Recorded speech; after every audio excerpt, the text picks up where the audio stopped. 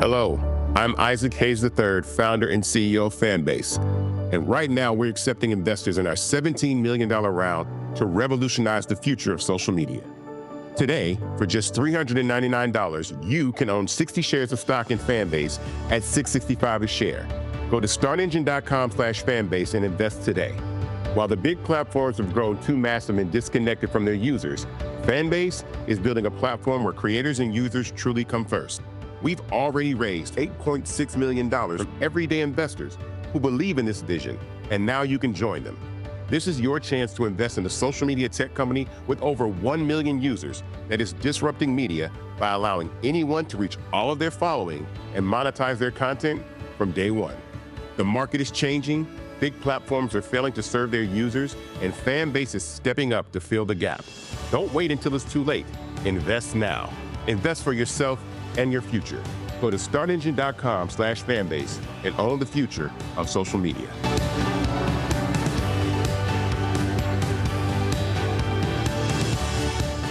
Folks, Black Star Network is here. Oh, no punches! I'm real revolutionary right now.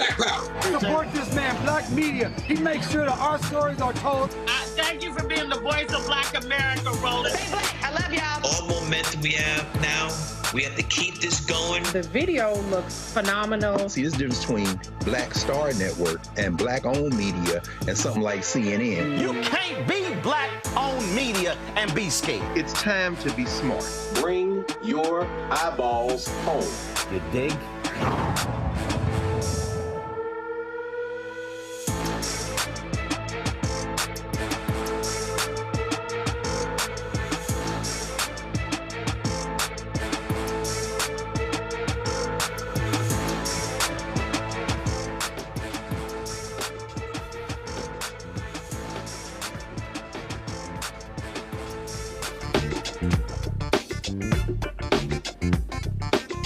April 7th, 2025, coming up on Roland Martin Unfiltered, streaming live on the Black Star Network. The twice-impeached, criminally convicted felon-in-chief Donald Trump has slapped tariffs on all imports, igniting a global trade war.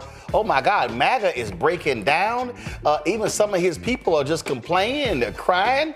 You got poor little Meghan McCain sound like a fool because she supported all the policies, and now she's complaining. Oh, we're gonna show you all of the drama. In yet another attempt to whitewash American history, the National Park Service, under this racist administration, removed Harriet Tubman's photo and quote from its website. They also are reimagining the Underground Railroad. Plus, you have them targeting the National Museum of African American History and Culture. We'll talk with Chicago pastor Dr. Otis Moss III, who recently told his congregation, "We will not be erased."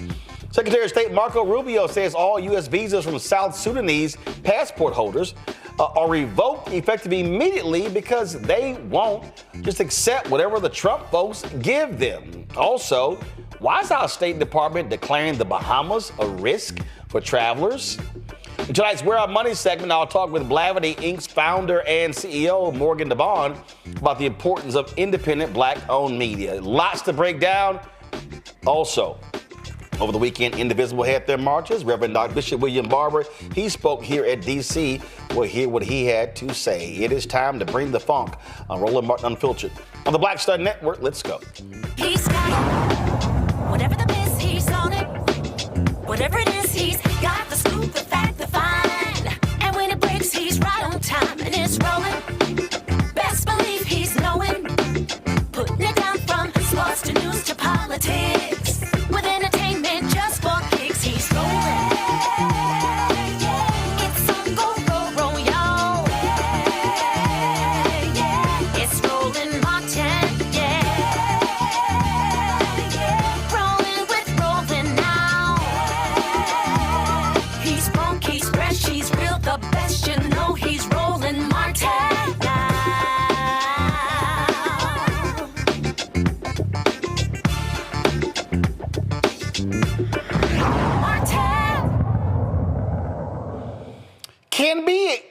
as clear as possible, MAGA's stupid. I mean, I don't mean they a little stupid.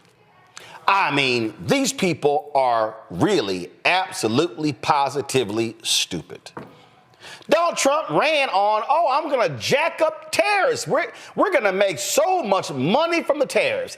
And these idiots believe the twice-impeached, criminally convicted felon-in-chief, the con man, who also filed for bankruptcy multiple times. See, they held him up as this amazing economic genius. Oh, he's a businessman. Oh, man, what's wrong with y'all? We're going to do so much better from him. Now, all of a sudden, we've ignited a global trade war. The stock market has collapsed. People are saying it's going to be a recession. JP Morgan raised its odds of a U.S. recession to 60%, up from 40%. Other banks have similarly adjusted their economic forecasts downward. We literally are witnessing an economic catastrophe. But, hashtag we tried to tell you. Today's morning trading in Europe began with a sharp decline. German DAX fell by more than 6.5%. The Brits, 5%. The French, 6%.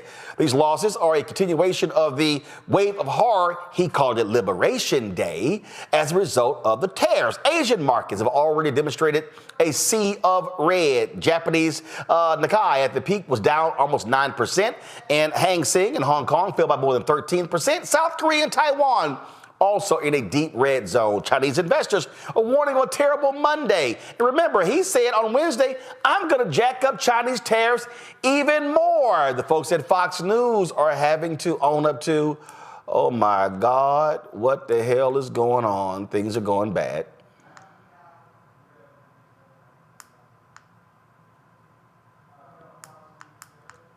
You are introducing companion legislation. Investors have seen in their lifetime when this crash is done, but you don't want to try to be a hero and pick the exact bottom. So if you're positioned correctly, you could be nibbling today. I prefer to call it a collapse rather than a crash. That's a very emotive word. All right, folks. Now that was one Fox show. We ain't done yet. Here's Maria Bartiromo finally admitting might be a recession. What Senator Cantwell. We will see some products actually be raised in price because companies will pass on the cost of tariffs to consumers. I would expect that. That's why you have some people saying that we could see a recession, we'll see a growth slowdown. This morning, Nancy Lazar, who I follow very closely, and I think she's terrific, from Piper Sandler, she says if the tariffs stay in place for at least the next 6 months, even if only 50% of the price shocks where we're seeing products go higher in price show through the economy, U.S. real GDP is on track to decline about 1% in the second quarter and in the third quarter, with unemployment rising. Really, I thought this was supposed to be the golden age. What happened? Nebraska Congressman Don Bacon, even he's like, yo, Congress, we got to handle our business. I know you are introducing companion legislation to what Senator Cantwell just laid out for us. But as I understand it, in the House, Republican leaders have already restricted the ability to rein in changes to the Mexico, Canada, and China tariffs. They tucked language into the continuing resolution. Does that get in your way when you are trying to now claw back some congressional control of tariffs? Well, first of all, good morning, Margaret. Thanks for having me on. And I enjoyed listening to Senator Cantwell. I support the legislation that Senator Grassley, Senator Cantwell, we have a total of 7 Republicans in the Senate. And I have some beginning support on the House side, which we'll unveil tomorrow. It will be harder to pass this in the House, no doubt. I think if we get 60 votes in the Senate, they'll put pressure on the House to look at this. And if we continue to see the stock market go a certain direction, or if we see inflation or unemployment shift in a bad way, I think then this bill becomes a very viable bill. So it will not pass tomorrow or maybe in the next couple of weeks, but this will be in the queue that we can use. And it's time that Congress restores its authorities here. And the Constitution is clear. The House and the Senate, Congress has the power of tariffs and taxes, and we gave some of that power to the executive branch. And I think in hindsight, that was a mistake. He's saying that's a mistake. Well, guess what? Lil Mike Johnson, the Speaker of the House, he doesn't think so. Y'all want to see an idiot who's in a cult? Listen to this. We have to give the president space. His strategy is playing out. It's been less than a week, so I think he's owed that. His strategy, You know what time. I love this. His strategy is playing out. The economy is tanking. And he's like, but things are just going swimmingly well. Really? That's interesting. Congressman, Democrat leaders, Hakeem Jeffries said this. Mr. Leader, good afternoon. Thank you. Jamison Greer, the new trade representative, will testify before the Senate and House committees the next couple of days. What would be your question to Greer about these tariffs? The Trump tariffs, which are a tax on the American people, are so reckless, so unstrategic, so lacking in any sophistication, that the only conclusion that one can draw is that Donald Trump and Republicans are intentionally tanking the economy.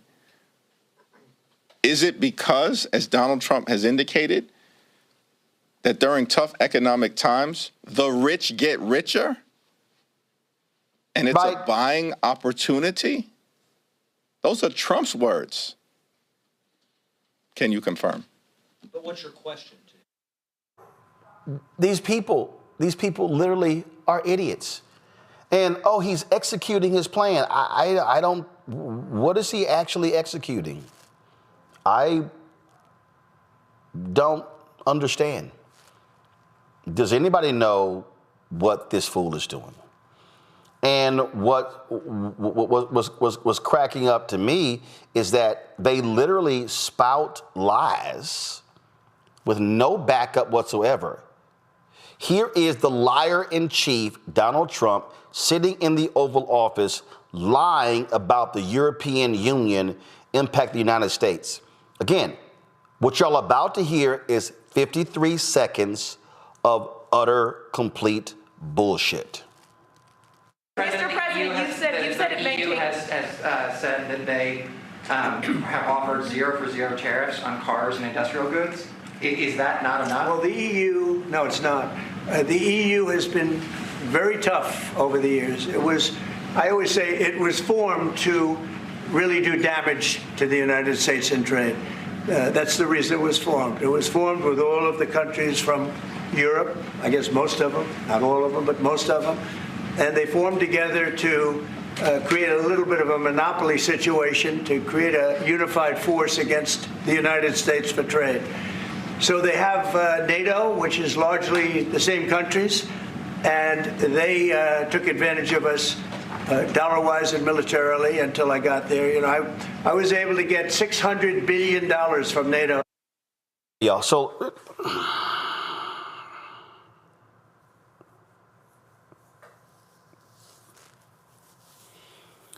first, the European Union was not created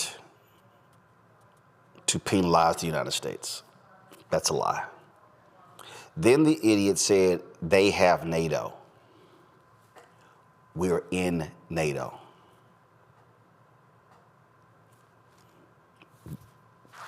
We created NATO. How about you read a book? How about you actually study something? But no, we can't do that. Then you're going to love this one here. So Trump gets asked, you guys slapped some tariffs on some islands that are uninhabited, where penguins actually exist. But there was one country that was missing from the tariffs. Putin's Russia. This is what the Russian agent masquerading as the commander-in-chief actually said to that. Listen. A little bit about your potential meeting with Vladimir Putin. Do you still plan to meet with him? Could that happen in Saudi Arabia? And maybe you could elaborate as well a little bit on not providing tariffs on Russia, sir. So the reason we're not talking about tariffs with Russia is because we're not doing business essentially with Russia because they're in a war. And I'm not happy about what's going on with the bombing, because they're bombing like crazy right now. They're bombing. I don't know what's happening there. That's not a good situation. So we're meeting with Russia. We're meeting with Ukraine. And we're getting sort of close. But I'm not happy with all the bombing that's going on the last week or so. I'm confused. So we have slapped significant tariffs on our allies, but not Russia. Does somebody want to explain to me why not Russia? Does anybody want to explain, what that problem is? Then you always have got to count on these really stupid people. Do you know who's one of these really stupid people? Meghan McCain. Now let's be real clear. The only reason we're even talking about Meghan McCain is because of her father. Her father, her father, her father, her father, her father, her father, her father, her father, her father. That's it. That's all. She is the poster child for Nepo babies. That's what she is. She's a Nepo baby. She's only gotten her jobs because of her father. We only know about her because of her father. That's how she got her media jobs, because of her father. So, Fox News, MSNBC, The View, we could just go down the line, y'all. All of these people hired Meghan McCain, not because she's bright, not because she's smart, because she's the daughter of Senator John McCain. So you can always count on just sheer stupidity from Meghan McCain. Now, when I was at CNN, Meghan McCain said she was a fan of mine. She's since gotten upset because I've criticized her because she's blocked me on Twitter. Okay. But when you say dumb shit, I just don't have the capacity to ignore dumb shit from Nepo babies who then criticize other people for using their name to get things. So if you want to understand the sheer stupidity of MAGA, I believe Meghan McCain says it all. Really two people, Meghan McCain and Bill Ackman, the billionaire. So at 7:26 p.m. on March 4th, 2025, Meghan Nepo Baby McCain posted this on Twitter. Inject every single one of these policy proposals directly into my veins. In my veins. That is Meghan McCain saying everything that Donald Trump is proposing, inject into my veins. I'm not going to take it orally. I don't want a suppository. Put it right into my veins. That's what Meghan McCain said. At 7 a.m. on April 7th, 2025, Meghan Nepo Baby McCain posted this. I'm not pretending to be a financial expert. No shit. But there are so many hypocritical talking heads on TV saying they don't care about losing money or being in financial pain for a while. Most of you are married to finance bros, come from rich families. Meghan, you come from a rich family or have huge media contracts. Meghan, that's you. You have a cushion if shit goes south. One of my best friends buys her groceries for her family based on what coupons each store has. I assure you, a possible recession or huge rise in prices everywhere will be a different experience from her family than you. I don't want people who've already suffered so much to suffer anymore. But hey, that's just me. America is the land of plenty. And this is normally a thing, this is normally a thing the left does, asking Americans to suffer. I may be the emperor's new clothes here, but this needs to be said.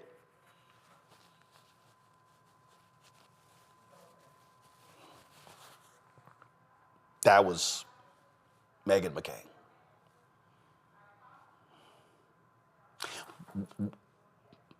What did Meghan say? 24, 30 days earlier? Inject every single one of these policy proposals directly into my veins. That was Meghan McCain. The brilliant analyst, Meghan McCain. So she's now crying because her friend buys these groceries, and it's rough. Bill Ackman, the billionaire, decided to attack the Commerce Secretary, Howard Lutnick, complaining, what the hell is he talking about with these tariffs? Now you have this idiot. If you haven't noticed by now, I speak the truth regardless of the consequences to me personally or what other people think. Then he says, I have no anger toward Dems, just disappointment. I don't think this was foreseeable. I assumed economic rationality would be paramount. My bad.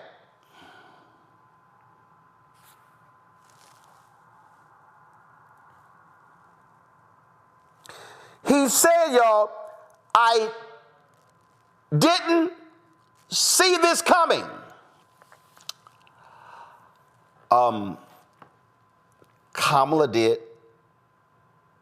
We're doing tariffs on other countries. Other countries are going to finally, after 75 years, pay us back for all that we've done for the world.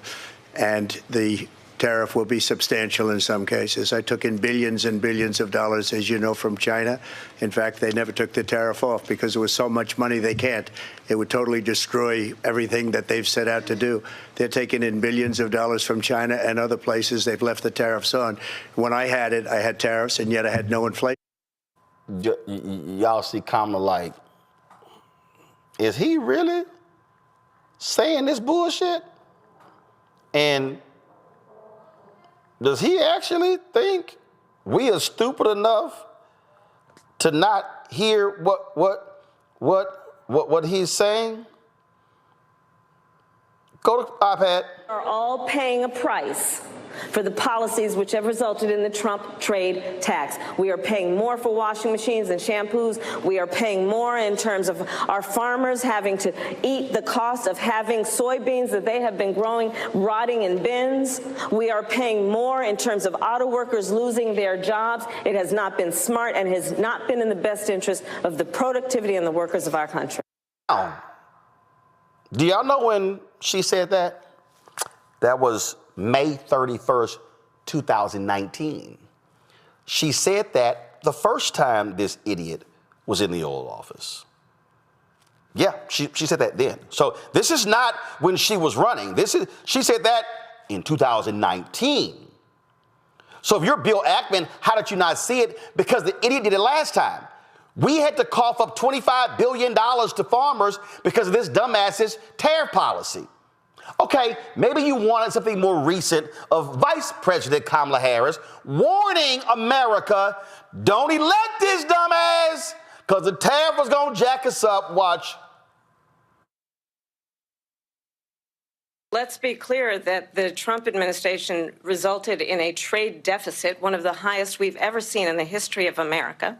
He invited trade wars. You want to talk about his deal with China? What he ended up doing is under Donald Trump's presidency, he ended up selling American chips to China to help them improve and modernize their military, basically sold us out, when a policy about China should be in making sure the United States of America wins the competition for the 21st century, which means focusing on the details of what that requires, focusing on relationships with our allies, focusing on investing in American-based technology so that we win the race on AI, on quantum computing, focusing on what we need to do to support America's workforce so that we don't end up having on the short end of the stick in terms of workers' rights. But what Donald Trump did, let's talk about this, with COVID, is he actually thanked President Xi for what he did during COVID. Look at his tweet.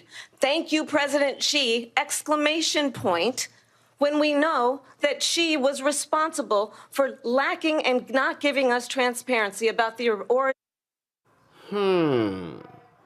Teresa Lundy, principal and founder of TML Communications out of Philadelphia. Dr. Omekongo Dabinga Sr., professorial lecturer, School of International Service, American University. Also author of the book, Lies About Black People, How to Tell, y'all know, lies about black people. There's a whole bunch of damn lies. So just lies. And Caleb Affair, communication strategist, also out of D.C. Omekongo, this is real simple. I mean, like, she said it, we predicted it, everybody else talked about it. So all these people who go, like, oh my God, I can't believe this is happening. Where y'all been? Yeah, it's so hard to hear Vice President Harris talk, man, because of the opportunity that America wasted by not putting her in office after all we did. She has every right to, I know people like she shouldn't say I told you so and everything, but the fact of the matter is she did. The fact of the matter is you did. The fact of the matter is the entire Black Star Network did, and all of us did, but America didn't want it. And this idea, Ackman and all of these guys, we didn't know, we didn't think this was possible, Meghan McCain and so on. Y'all knew it was possible because this is exactly what he ran on. And all of these people who don't want to acknowledge the fact that people didn't want to vote for a black woman, all the people who don't want to acknowledge the fact that this man ran on white male Christianhood, even though he's the farthest thing away from a Christian. All of the other Republicans had better economic policies, better for Republicans, right? All this man had was tariffs. Tariffs was going to pay for daycare. Tariffs was going to pay for everything. These other guys had actual policies, and Americans rejected them and voted for him. So these guys knew exactly what they were getting. They could have went with DeSantis. They could have went with Haley, Ramaswamy, all of these guys. This is what they wanted. They wanted the bombast. They thought that they were going to be closer to him and that they were going to be exempted from everything that he was going to do that would hurt other people. Because as long as he was going to inflict pain on other people, deport the illegal criminal aliens, as long as he was going to get rid of quote-unquote woke policies, they didn't care. And now they're realizing that this man's plan, as you said, Russian agent style, is to tank the entire U.S. economy. Yep. How are you going to say you didn't put sanctions on Russia because they're at war, but you have sanctions on Ukraine? Everything this man says is a lie in every way, shape, or form. Yep. And the question, which you've already answered, is who's he doing this for? It's clearly not for us. I think it's very simple. Who is he doing this for, Kelly? I'll tell you. What this is doing is I've had multiple people send me this text message. He's tanking the economy because it makes it a lot easier for very rich people to buy stocks at depressed prices. Absolutely. And it's interesting that you mentioned the economy in this particular context, because as of this morning, if we had a competent president, he would be declaring today the start of our recession. That's how bad the economy tanked over the weekend. So to me, like Mokongo was talking about, like he does nothing but lie. He has been lying his entire life. And I'm going to say it like I did during the election season. And now we need to listen to Black women. And this country was clearly not ready for a Black woman president, because otherwise she would be in office. That woman worked 3 times as hard, got 1/3 of the result, and we have been nitpicking and examining under the microscope of all microscopes as to what went wrong. Nothing went wrong. You were wrong.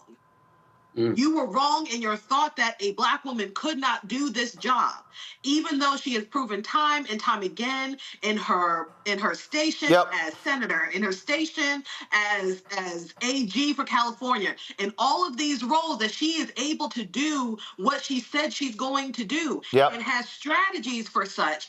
And nobody wanted to listen to her. So we are here now because you didn't want to listen to a Black woman and what she had to say. Well, also, let's be clear, a whole bunch of Black men also voted for Vice President Kamala Harris. Actually, 2 largest groups were Black women and Black men, Teresa. But again, they got what they wanted. Now they're complaining. Hashtag we tried to tell you. Yeah, that hashtag needs to go viral.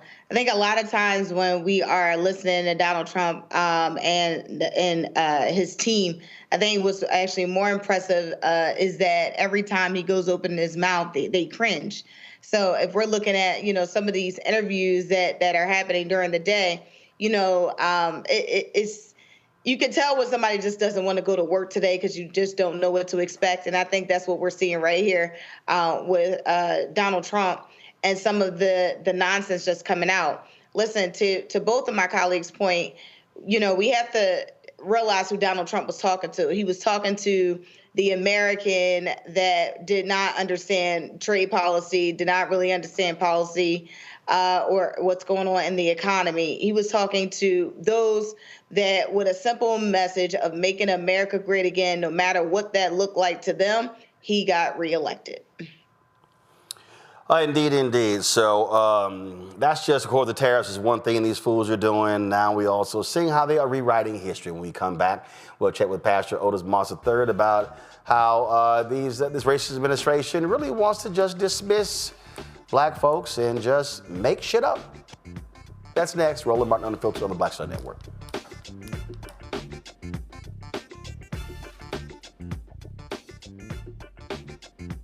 On the next A Balanced Life with me, Dr. Jackie, think about for a moment some of those icky behaviors that you display every now and then. Are you a petty Betty or a crabby Kathy? Where do those less than attractive traits come from? We all have them. And more importantly, how do we get rid of them to make certain that they don't infect other people? Pettiness is something that we all carry. It's just make sure that you carry it well and you don't use it to intentionally hurt. On the next A Balanced Life with Dr. Jackie on Black Star Network. This is Essence Atkins. What's the love king of R&B, Raheem Devon? It's me, Sherry Shepard, and you know what you watch. You're watching Roland Martin Unfiltered.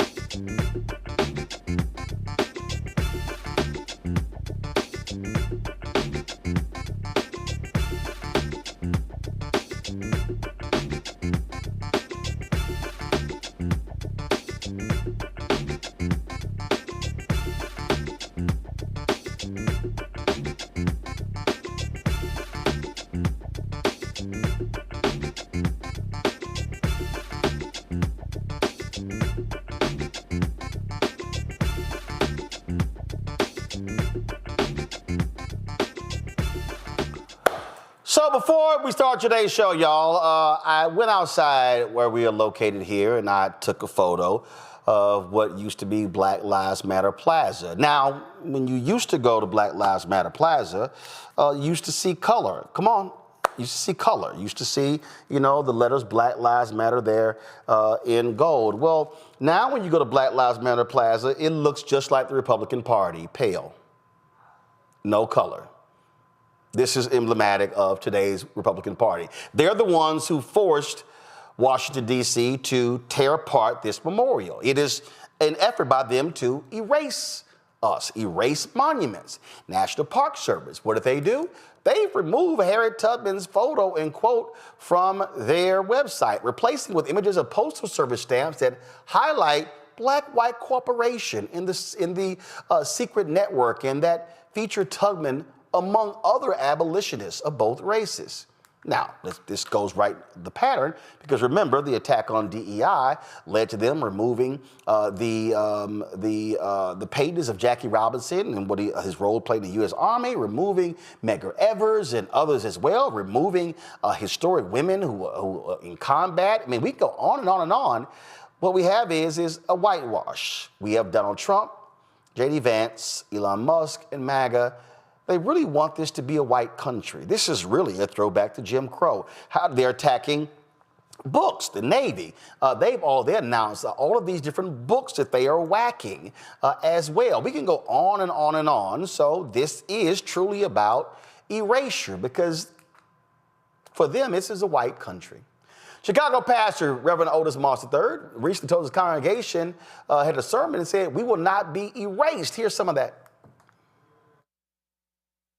On Thursday, the Trump administration signed an executive order entitled, quote, "Restoring Truth and Sanity to American History." This order targets two institutions, the Smithsonian Institution and the Department of Interior. This order states, over the past decade, Americans have witnessed a concerted and widespread effort to rewrite American history. This revisionist movement seeks to undermine the remarkable achievements of the United States by casting the founding principles and historical milestones in a negative light.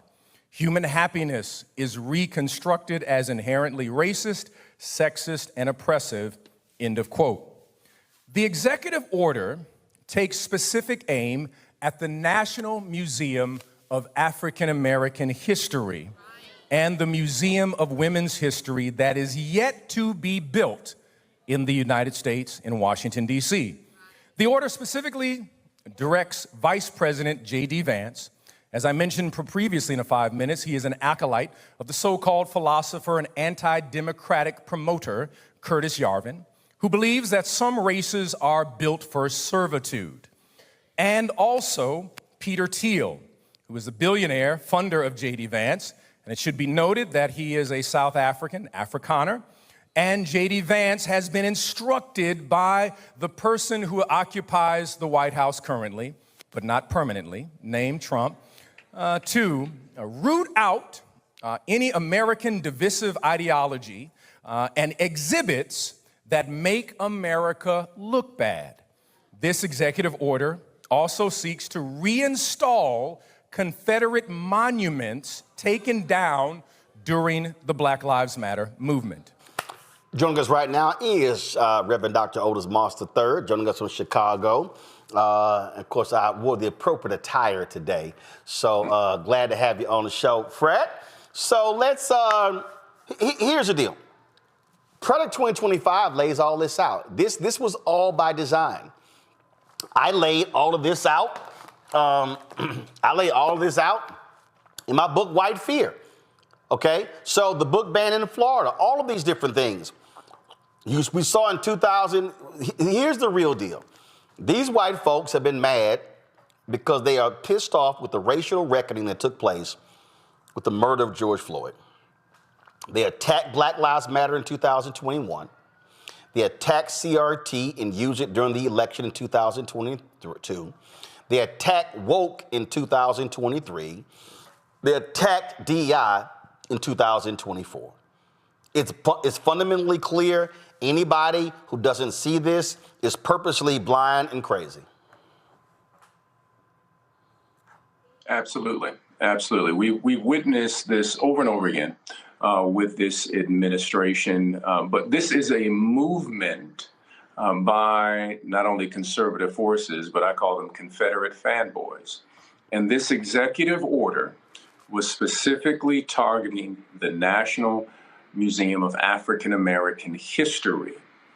But it was also designed as a distraction, because the day before, the news cycle was about Signal Gate, and then an executive order targeting, again, Black people. And it is our responsibility as people of faith, as Black people, to ensure that no one erases our history. And that is why we placed the National African American Museum, the National Museum of African American History, into our budget. We had a church conference right in the middle of worship and said, all those in favor of doing this, because we will not be erased. But there is a problem here, Pastor, and that is there is something called the Wilson Center. The Wilson Center was created by Congress. It is a think tank.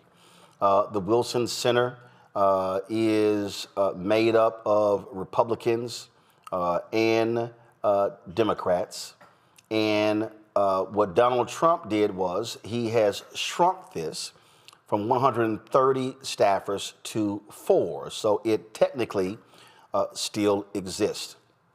One of the executive orders he launched targeted this, where he announced that, and again, this is something that Congress created, and he directed the elimination to the maximum extent consistent with applicable law of the Wilson Center and other federally funded entities. But here's what they've also now done.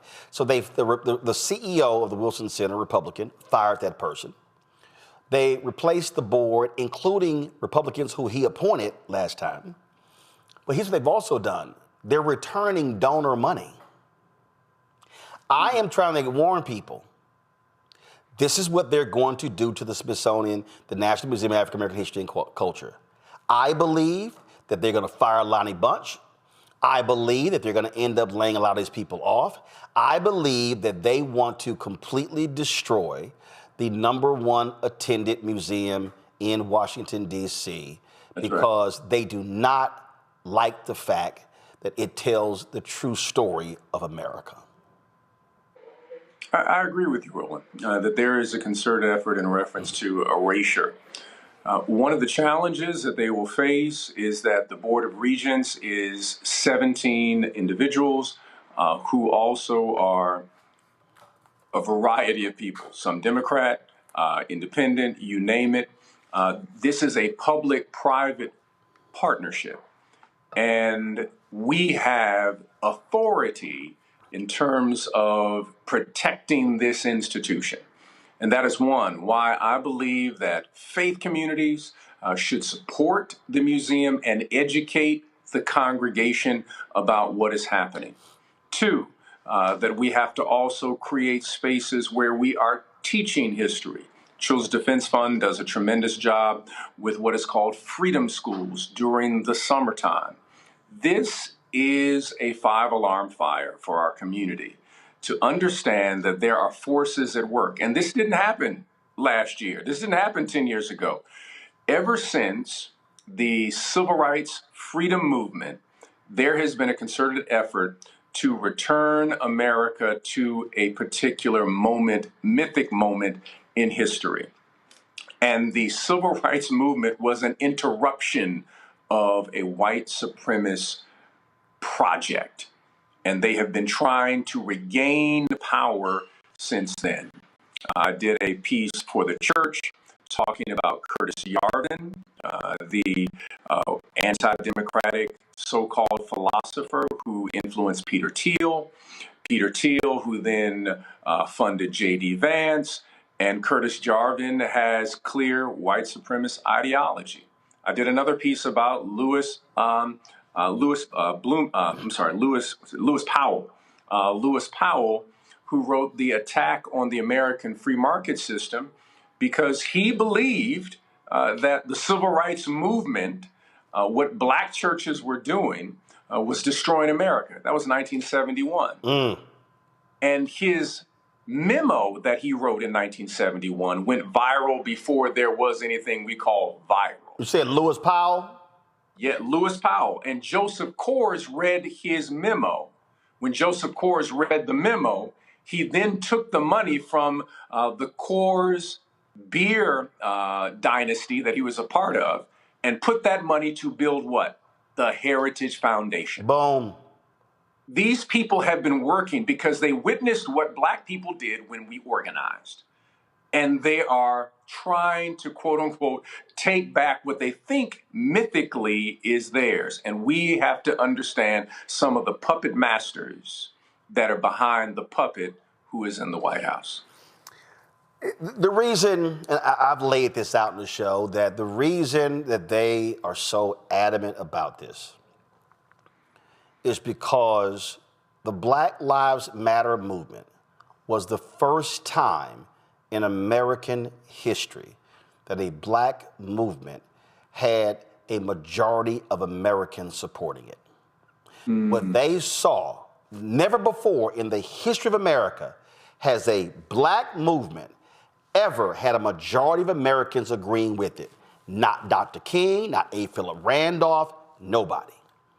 And what they saw was, they said, you take that, you take with America becoming a nation, majority of people of color by 2043, depending upon what Latinos do, whether they want to call themselves white Hispanics or not.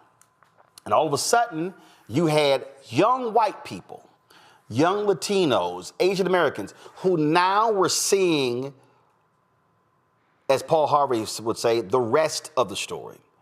And so these conservatives said, oh, no, hell no. We cannot have the hearts and minds of non-black people now learning the true history of America. So they start attacking the 1619 Project. Trump comes out with the 17, supporting by also Robert Woodson, the 1776 Project. Oh, we're going to create this garden of American heroes. His defending of them removing and changing the names of military bases and removing Confederate symbols and plaques. After 10 black people were killed in Buffalo, you only had one Republican, then Illinois Congressman Adam Kinzinger, support a resolution calling for the end of racism and the end of the target of neo-Nazis and white supremacy. Republicans are like, no, we ain't voting for that. And so they saw a new generation embracing Black Lives Matter, and they said, oh, we got to destroy all of this. And so they went after BLM. They followed the money. They focused on dissension. You had right-wingers who were infiltrating various events, starting fires, creating mayhem, blaming BLM. Oh, it's Antifa. Then you begin to see, again, all the attacks. It was because they said, this thing has gotten too far, and that's when the book bans. That's when the targeting of that. And so they said, we have to completely destroy the entire black civil rights and economic rights, social justice infrastructure if we are going to maintain this thing for another 50 to 100 years. You know, this is why it's so important what you do, Roland. You're creating an ecosystem of not only education, but an ecosystem of information, because one of the aspects of this that we need to understand is what is called techno-capitalism, or this new movement by Silicon Valley to create an ecosystem that assists those who are, quote unquote, in power or think they're in power. And they are utilizing that ecosystem, an ecosystem that drives fear, an ecosystem that continues this mythology that makes white people think that they're actually white, the social construction, an ecosystem that is what I call the digital Henrietta Lacks syndrome, where they're taking our data and they say that they own it. And they, in the process, they are attempting an erasure of black people. But this has been consistent in America since we have been here. The mythology and the removal of our contributions. And that is why we cannot depend on other people to tell our story. We need what you are doing. We need what other people are doing in terms of creating an ecosystem of education. And that's why I believe that churches and mosques and synagogues and community spaces must band together to create spaces where we are telling the story. I love the African adage that is told that why is it that the lion is always losing in every story? And the story that the old man shares back with a young child is simply this: when the lion learns to tell his own story, he will be the hero of the story. Otherwise, the hunter will always come out on top. And we've got to tell our own story. Yep. That's one of the reasons why I have been imploring our people, we've got to support black-owned media, because we're going to be asking somebody else to tell our story. People are all up in arms and upset when MSNBC canceled Joy Ann Reid. And what I said is, when you own it, the only person who can cancel you is God. That's right. Well, what you laid out is critically important. And here's what I hope. And this is the last question for you. What is your message to other black churches? Because as I've traveled the country, and look, our numbers have been exploding with our subscribers. Somebody put together a chart, and the chart that they put together sort of laid out, who has seen the growth on YouTube since the inauguration. And they showed folks. They put a blue dot. They broke it down by red and blue. Republican, Democrat, conservative, liberal, however you want to frame that. Matter of fact, I had my digital guy Keenan change it to put a black bar on ours. Because I said that's where we land. But the whole point here is that when you look at the growth over since the first quarter, we have been able to dramatically increase our following. And in fact, out of all the people, so this was the chart, fastest growing political and non-political adjacent YouTube channels. We were number 21, ahead of the Bulwark, Bernie Sanders, Piers Morgan, Benny Johnson, Jordan Peterson, Robert Reich, Glenn Kirshner, the New York Post, Sam Cedar, Bill O'Reilly, Vox, the Rubin Report, all these people. The reason this is important, because if we are depending upon folk who don't look like us, who think like us, then what happens is, to your point, they control the narrative, but more importantly, they control the information flow to the hearts and minds. And so with them, we already see this happening with the algorithm on all the social media channels, because you click one thing and they're going to flood your feed, or with Elon Musk now just force feeding you right-wing content. We have to have a counter. Yes, absolutely. And that's why I'm excited about what you are doing. And my message to churches across the nation, and I first have to give this addendum in reference to this, that there's the black church tradition, and then there are churches that have black people. The black church tradition is the tradition of Harriet Tubman, Frederick Douglass, is the tradition of Fannie Lou Hamer, is the tradition of Martin King, a prophetic tradition that seeks to alleviate suffering of not only black people, but all people. There are churches that have black people in them, and they are committed to a white evangelical, or sometimes really a capitalism and ecclesiastical garments. So for those that are part of the black church tradition, we have a responsibility We stand on the shoulders of others. So it is our responsibility to tell our story. It's our responsibility to support the Smithsonian. It's our responsibility to share with our congregants what you're doing, Roland, and other forms of independent media. It's our responsibility to educate appropriately. And if you don't have the information, please don't stand up in the pulpit and act like you do. Find someone who does, pick up something known as a book, read it, get the information, and bring in the necessary experts who can break down certain issues and policies so that our community can be educated effectively. The Black church is one of the few spaces we completely control. No one can cut off a grant and say to us, you can't do that. We control it. And when the KKK wanted to bomb, they were not bombing NAACP offices. They bombed churches because they were Black controlled. They bombed, yes, Tulsa in terms of other spaces in there, but that was also because it was Black controlled. So we need to recognize that we already have power.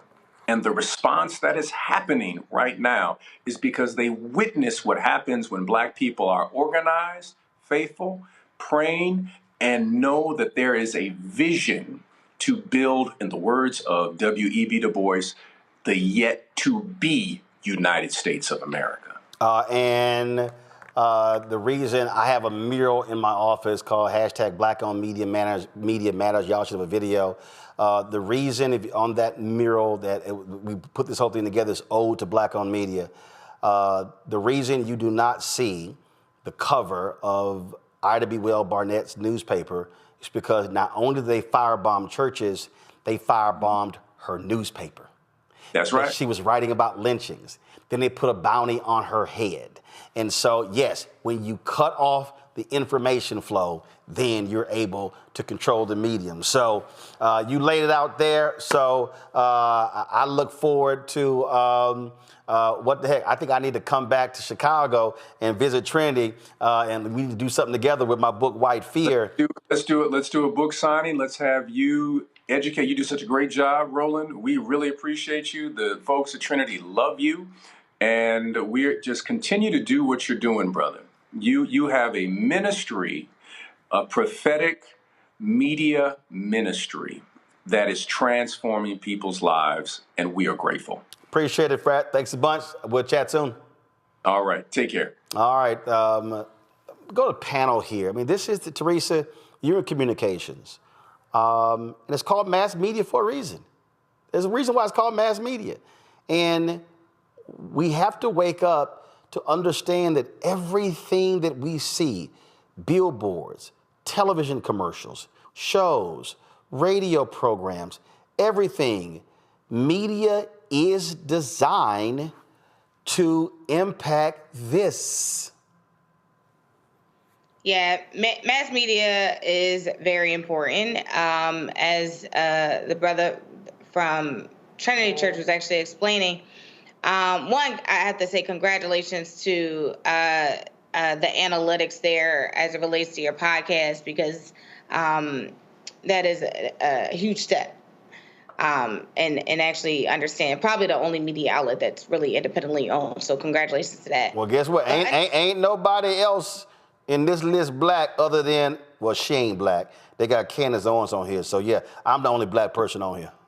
Yeah, the real Roland Martin, the real Black. But yeah, as we talk about just, even mass media in some of those areas, from digital, print, the podcasting, but being consistent is always, the number one point into making sure that, people are following, people are listening, they're paying attention. And I think that's how history started, right? They started in radio, started in print. And once the voice was cut, especially Black voices were cut in history, what happened?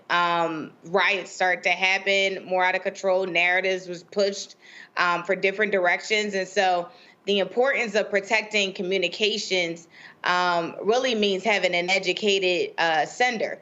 And I think a lot of people, watch these different podcasts and shows because they're looking for thought leaders to guide them to different perspectives that they may not know. So it is, incumbents of us, I could even say with this show, I've been on here probably 4+ years, but I'm not on here because I look good. I'm on here because I'm bringing, and like our other panels, something to the table from based upon experience and the education that we receive. So is it in tandem for us to give back, more importantly, each and every day. Hey, folks, if y'all are having some issues with audio, it's not us. We're sitting a clean feed. So some folks are saying you should log out of YouTube or sign out and then sign back in. So again, that's not on us. So that's on them. The thing here, this erasure issue, Kelly, is so important because it is by design. They want, again, if you strip it away, if you change the narrative, then you're now creating an alternative facts for a whole new generation, which is how we got here to the first place. All these white folks in this country and lots of black folks, them controlling the education system, force-feeding us how great and wonderful the founding fathers were and how they loved and cared for all mankind and others. Well, we begin to learn that a lot of that was BS, but that's what happens when you learn true history, not his story. Definitely. I think that a racist's biggest fear, outside of the fears delineated very well in your book, Roland, is a grandchild asking questions, right? And we see that in what you just outlined with the Smithsonian and our museums and our places of entertainment that are being attacked and our history trying to be revised, but you also see it, as you've also said on this show, in our education system. I was actually just seeing a TikTok where a teacher, obviously the camera was facing her, so the children were not videoed, but they were arguing with the teacher because they had learned before coming to her class that the enslaved were paid. And they legit thought that slaves were employees of plantations and the like. It's already starting. This revisionist history has already started because these babies had been asking questions that, frankly, their grandparents can't answer without them becoming the villain, right? And when you see my favorite museum in DC, for sure, I call it the Blacksonian, being under attack, not because it's spewing misinformation, not because it's giving alternative facts or anything like that, but because it's really one of the few, if not the only, museum in the Smithsonian conglomerate that is as accurate and as forthcoming as it is. And it is in your face. Right? You have no choice but to ask questions when you are in that museum. You have no choice but to learn something new every time you go in, because that's just how much history, that's just how much information has been hidden and frankly tried to be destroyed by others so that we don't know what's going on. So it is not surprising to me that history is being under attack. What I do think should be happening is the preservation of it, such as what you're doing with your show, TikTokers out there, social media influencers out there trying to preserve history, preserve fact. But I don't think that this is going to be a situation in which Trump is going to win or conservatives are going to win. It's going to be an uphill battle, but I think we'll come out on top. Makongo, the reason what Reverend Dr. Otis Moss talked about, we're talking about here, and we're going to continue the conversation with Blavity founder CEO Morgan DeBaun after this next break, is something that many people have talked about, including Marcus Garvey in Message to the People, the Course of African Philosophy, edited by Tony Martin. This is what Marcus Garvey said in Lesson 16. Propaganda. Propaganda means to prepare or to make known extensively some particular phase of human intelligence The desire is to convert or influence the people to the acceptance of the truth of that particular intelligence that is sought to be spread among them. Propaganda can be true or false in its origin or intent, but it is always directed at the public for the purpose of winning the support of that public to the sentiment expressed in the propaganda. He then goes on to say, propaganda is, as I said earlier, propaganda is all around you to make you buy a special brand of cigarettes, although no good, but advertised to be the best, to make you drink or use a certain brand of tea, telling you of its wonderful qualities and its everlasting benefits, when thee is absolutely nothing to it, and so on. He then also says the press, cinema, pulpit, schoolroom are all propaganda agencies for one thing or the other. The pulpit carries religious propaganda. He says the press carries out written propaganda. The platform carries on oral propaganda. The cinema carries out demonstrative propaganda. The white man is a great propagandist. He fully and completely realizes the value of propaganda. Therefore, you must organize your propaganda to undo the propaganda of other people. But here's something else that I thought jumped out that I really think is important. Tear from your walls all pictures that glorify other races. Tear up and burn every bit of propaganda that does not carry your idea of things. Treat them as trash. That sort of evokes for me the scene from Do the Right Thing when he said, Sal, why you ain't got no black people on the wall? But here's the thing right here. Have your own newspapers, your own artists, your own sculptors, your own pulpits, your own platforms. Print your own books and show your own motion pictures and sculpture your own subjects. Never accept as yours subjects of another race, but glorify all the good in yourselves. Finally, watch the newspapers, magazines, and journals daily for propaganda against your race or your institutions. It says particularly against the UNIA. Rush into print immediately a defense of your race institutions and organizations from any attack. Never allow an insult propagated to go unanswered by you. This is why we talk about why we must not just sit back and wait to see what Trump and Doge and Musk and J.D. Vance are going to do. They are going to attack the National Museum of African American History and Culture. They're going to attack every institution. We must right now be mobilized and organized to prepare what our response is going to be. And in fact, not even wait for them to do it, to go on the offense. Wow, that whole part of what you read from Marcus Garvey was so powerful. But that last part, it really explains what you mean when people say, well, why are you talking about this? Why are you talking about that? And like you said, the algorithms out there, people need to see that we are responding to the nonsense that's out there because it feeds into the algorithms. And if people don't understand what he's saying about propaganda, Trump, his whole brain, his whole mindset is about propaganda. Hitler said, he who controls the media controls the race. And that's why Trump and Republicans know that right or wrong, whether they repeat something long enough, people are going to start saying it. Whether they repeat something long enough, people are going to start believing it and acting accordingly. And we're too spent in so many different spaces not bringing it together. And that's why the Black Star Network is so important, because if we don't do this, particularly what he was saying about, tearing down things that don't represent you and make sure that you have a rapid response team when people are trying to denigrate you. Look at what they're throwing at us every single day. How many black outlets today have responded to we've been talking about today about Harriet Tubman, that what's been talking about South Sudanese visas being retracted? Like, the responses can't come by Friday. They have to come in real time. And if we don't do this, we're going to lose the narrative. What you said, Roland, in terms of how you laid out why there are all of these attacks on, Black history and everything, it came from the support of the Black Lives Matter movement.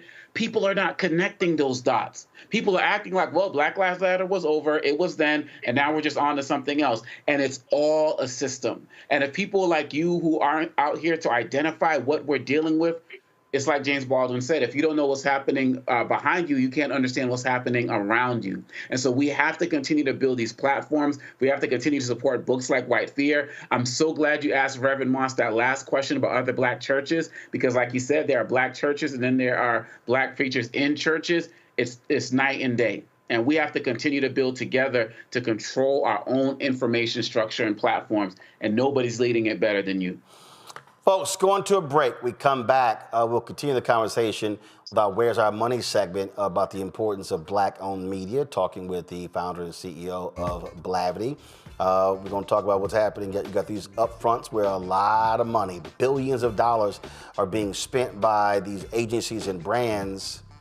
So few black people are invited to the upfronts. That's another way to freeze us out. Don't forget, support the work that we do. Join our Bring the Funk fan club. We doing the work, folks, nobody else is doing. You talk about this show 2 hours a day, covering the issues other folks don't talk about, especially all these other different networks, and then, of course, the other shows on the Black Star Network. Your support is critical.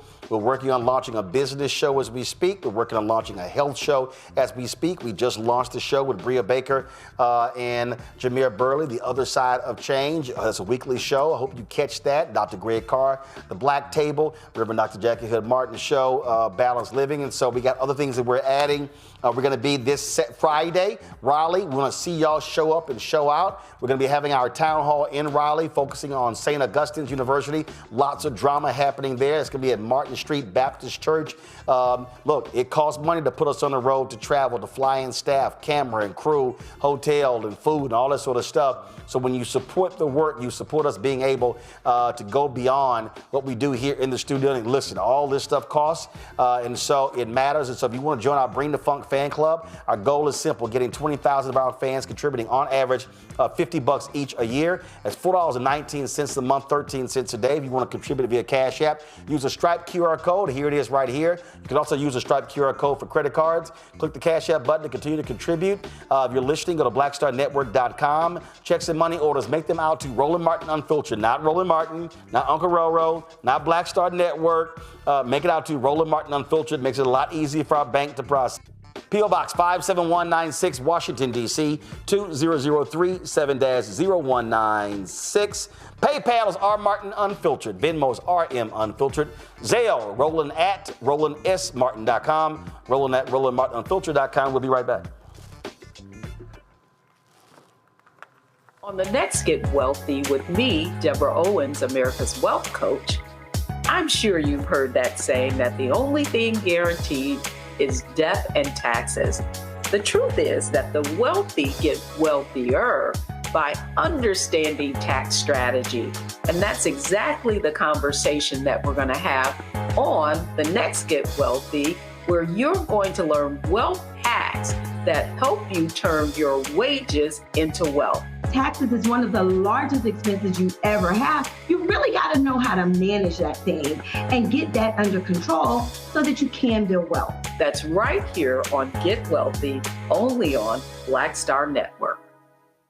Hey, it's John Murray, the executive producer of the new Sherry Shepherd Talk Show. This is your boy, Earthquake. And you're tuned in to Roland Martin Unfiltered.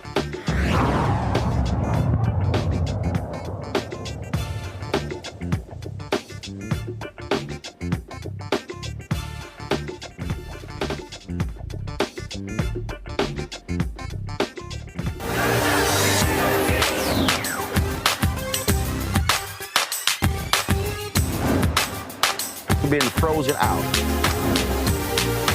Facing an extinction level event.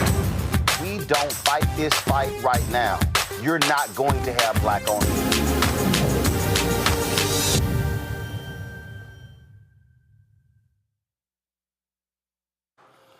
So you know what? I get a kick out of the people who tell me, man, you be out here, why you begging the white man for money? Why you begging the white man for money?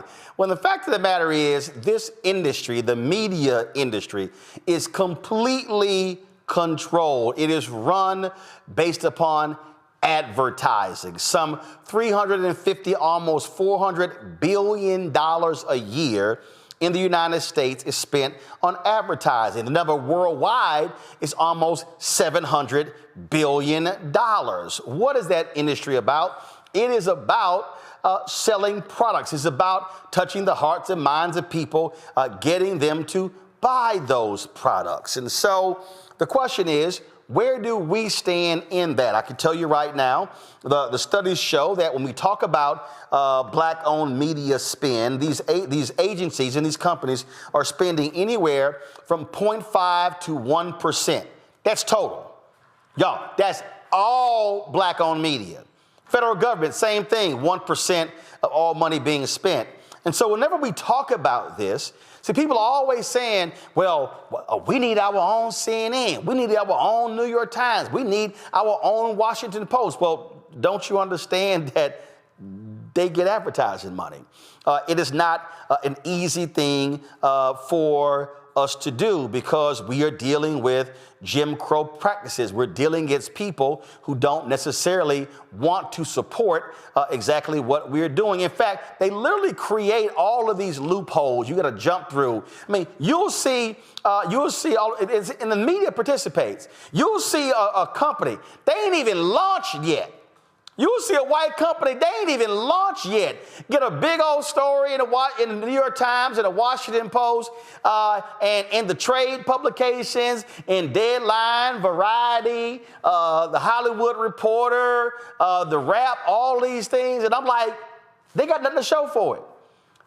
Y'all remember Quibi? Y'all remember Jeffrey Katzenberg? That app came out during COVID where you're supposed to be able to, you could turn your phone and you could see the videos in vertical or horizontal, and they sold out. Y'all listen to me. They sold out their entire first year inventory of $150 million before they launched. Now let me help y'all out. They had zero metrics. What do I mean by zero metrics? Meaning they had no proof that it'll work.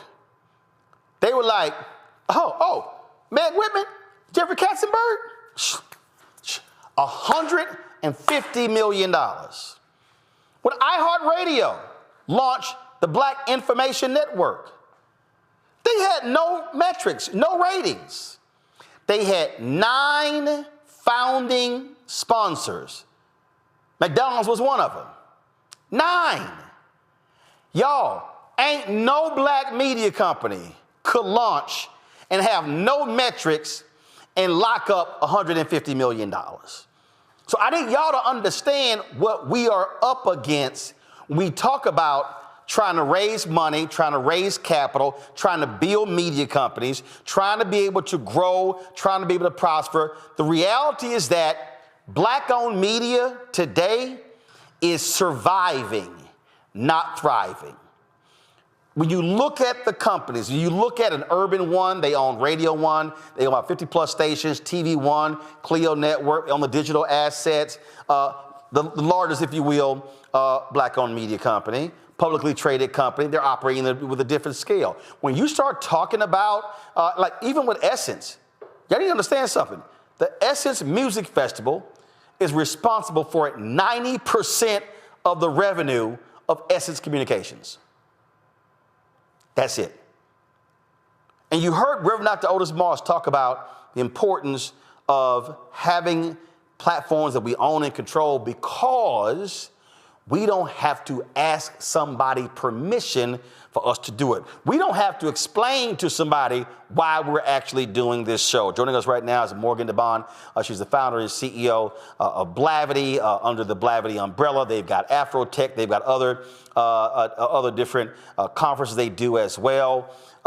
Morgan, the upfronts are starting very soon. This is when all of the networks are going to be in New York, and they're going to be rolling out, presenting all of their new programming and plans to all the media buyers, and all the folks are going to be there. Group M is going to be there. We've gotten $0 from them. Publicis is going to be there. We've got $0 from them. IPG, Horizon, McCann, everybody's going to be there, and 80% of that almost $400 billion is going to be spent between April, May, and June. And what happens is they have a secondary ad market, which is in September, and then what ends up having is called the scatter. We call that the crumbs. And that's when they call black media maybe and say, hey, we got 50,000, we got 60,000, we maybe have 70,000, because they're just trying to spend it before the year end. Just give folk an understanding of the realities of what you and Blavity has had to deal with when you are a black-owned media company trying to crack the nut of this advertising Jim Crow? Yeah, Roland, I think you painted a great picture in terms of the realities of what we're dealing with today. Blavity's been around for over a decade, and we started off with one brand. We now have 5 brands. And more importantly, we have a huge publisher network of Black-owned media publishers that are independent-owned, that don't have the resources necessarily to have a huge sales team and run the ad technology that's required. Because the reality is that every year it gets more difficult to live up to the standards that they're requiring Black media to actually hit. Everything from viewability of the ads on the website to the keyword blocking. You didn't mention that in your open remarks, but that's one of the key reasons that they don't advertise huge amounts of money with Black audiences, is because they don't deem us as brand safe. So over time, you've seen more and more Black media websites move away from news. No, right. Now stop there, because people need to understand something. Because so when they say brand safe, what they say to us is, well, a lot of brands, they don't want opinion. Then what happens is, even on YouTube, if we show a video of a cop shooting someone, that video gets demonetized because brands say, oh, I don't want that. But here's the crazy thing. While they tell us brand safety, boy, I can turn on Fox News and see all sorts of brands, major brands. That's right. And further, we have a website called Shadow and Act that is an entertainment site, and we'll write articles about things like 50-cent shows or, all the types of content that goes on online. But because we're a Black site, and you see us talking about a cop show, or you see us talking about drugs, you think that it's not brand safe when we're talking about some of the top shows in the world. Right. And I think what happens too, Roland, is that systemically what happens is we have to fight for every dollar earned. So let's say that example, we're talking about, a star show, and it comes out, that article goes viral. But we find out after the fact that all of the ads on that site no longer count because it was deemed brand safe. But hold up. Let's stop right there, though. Because here you are writing about that Stars show. Is Stars advertising? You already know the answer to these questions. See right there. So what happens is, and I've made this perfectly clear, and I've literally had the folk hit me. I've said to, I don't mind entertainment. There are people who I know on those shows.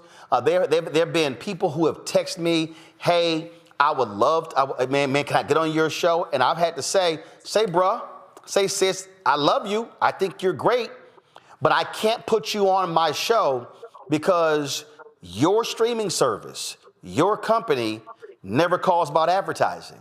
They never call. And so I've said to Amazon Prime, Prime Video, Netflix, Stars, Max, OWN, Hulu, Paramount Plus, all of them, I am not going to do any segments of your shows on my network because y'all publicists, I just told this to a car company that invited me down to a music festival. I said, I'm not giving y'all 3 days in coverage. I said, when you're a car company, don't advertise. And it's not a quid pro quo. I'm not saying I'll do this if you advertise. What I am saying is, if you think my audience is valuable enough to showcase your talent to bring their Black eyeballs, then my audience is also valuable enough for you to cut a check.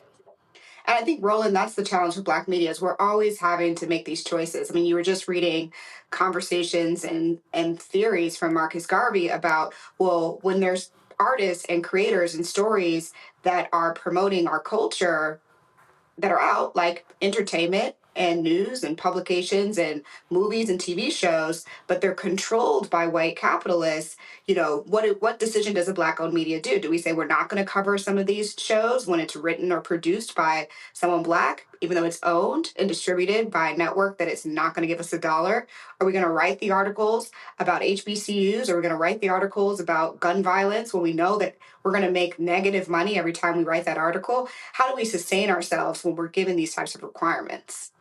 Let's talk about this here as well, because you touched on it earlier. We've experienced this. Just share it out, folks. The requests that they make. My good friend Todd Brown at Urban Edge Network, co-founder, he always says they always want that one thing that you don't quite have. You can have 30 things. It's like, but do you have this? You know what? We really need that one thing. In essence, these agencies, and it's really the agencies, I let the brands off hook, but what they're doing is their whole goal is to search for a way to say no. They can say they tried, right? So they can say, well, we had intent to commit, and we made a commitment to spend $1 million, $2 million, $3 million in our upfront. And then throughout the year, there's all these reasons why it didn't happen and why they have to pull back. And I think that's the reality of what we're dealing with today. We saw it when George Floyd was murdered, all of these giant commitments you've talked about on the show before, huge commitments to Black-owned media.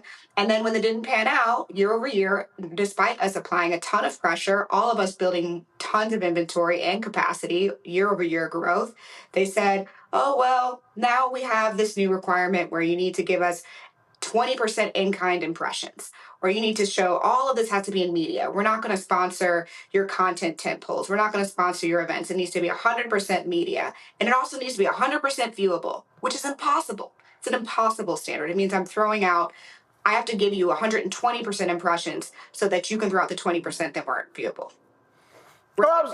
Yeah, absolutely. And so what it is it is an effort to say no. You mentioned, there's a word there you mentioned that immediately struck me. You said events. And here's something else that they do. And let me be real clear to everybody who's watching. I don't begrudge, let me be real clear. I don't begrudge any Black-owned media company that has receptions, award shows, conferences, or whatever. Mm-hmm. But here's what they do, Morgan. What they do is they'll sit here and say, oh, what's your calendar? Do you have any events?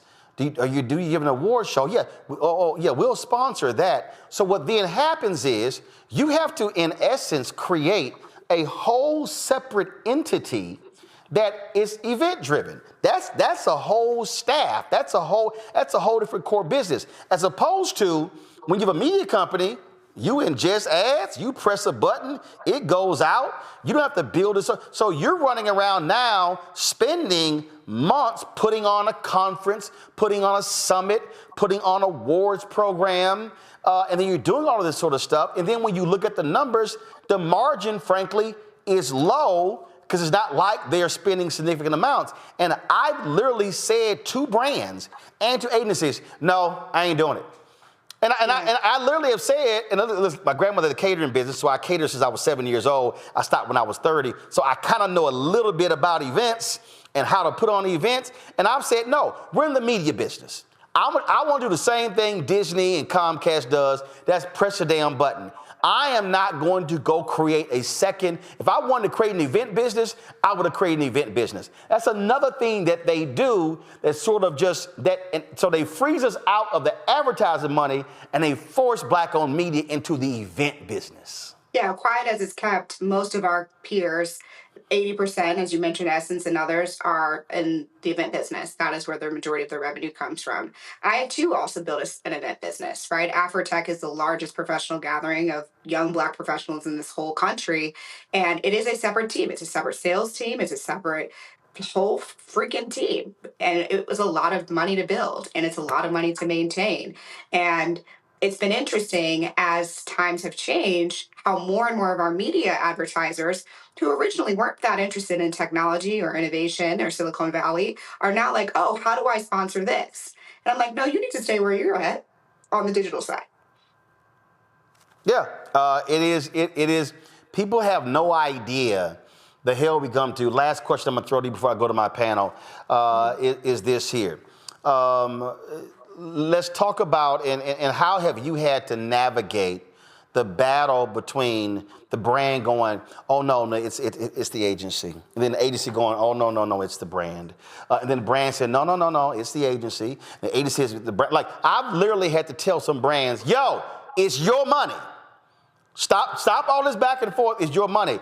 I've even had an experience where a major brand, I'm talking about a major brand, we did a deal, a high six-figure deal, and the brand was like, yo, let's go. The black folks in the brand said, hey, you need to call the agency, do all the paperwork stuff.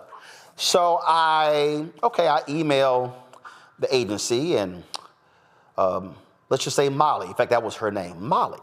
So Molly sends me an email back with a question. I'm like, okay, well, I answered the question. Molly asked me a second question. And I'm like, the hell is going on? Like, am I being vetted again? So then I hit the black people. Oh, no, it's just, this, it's the paperwork stuff, whatever. So then Molly comes back with a third question. So I don't even call the black people now.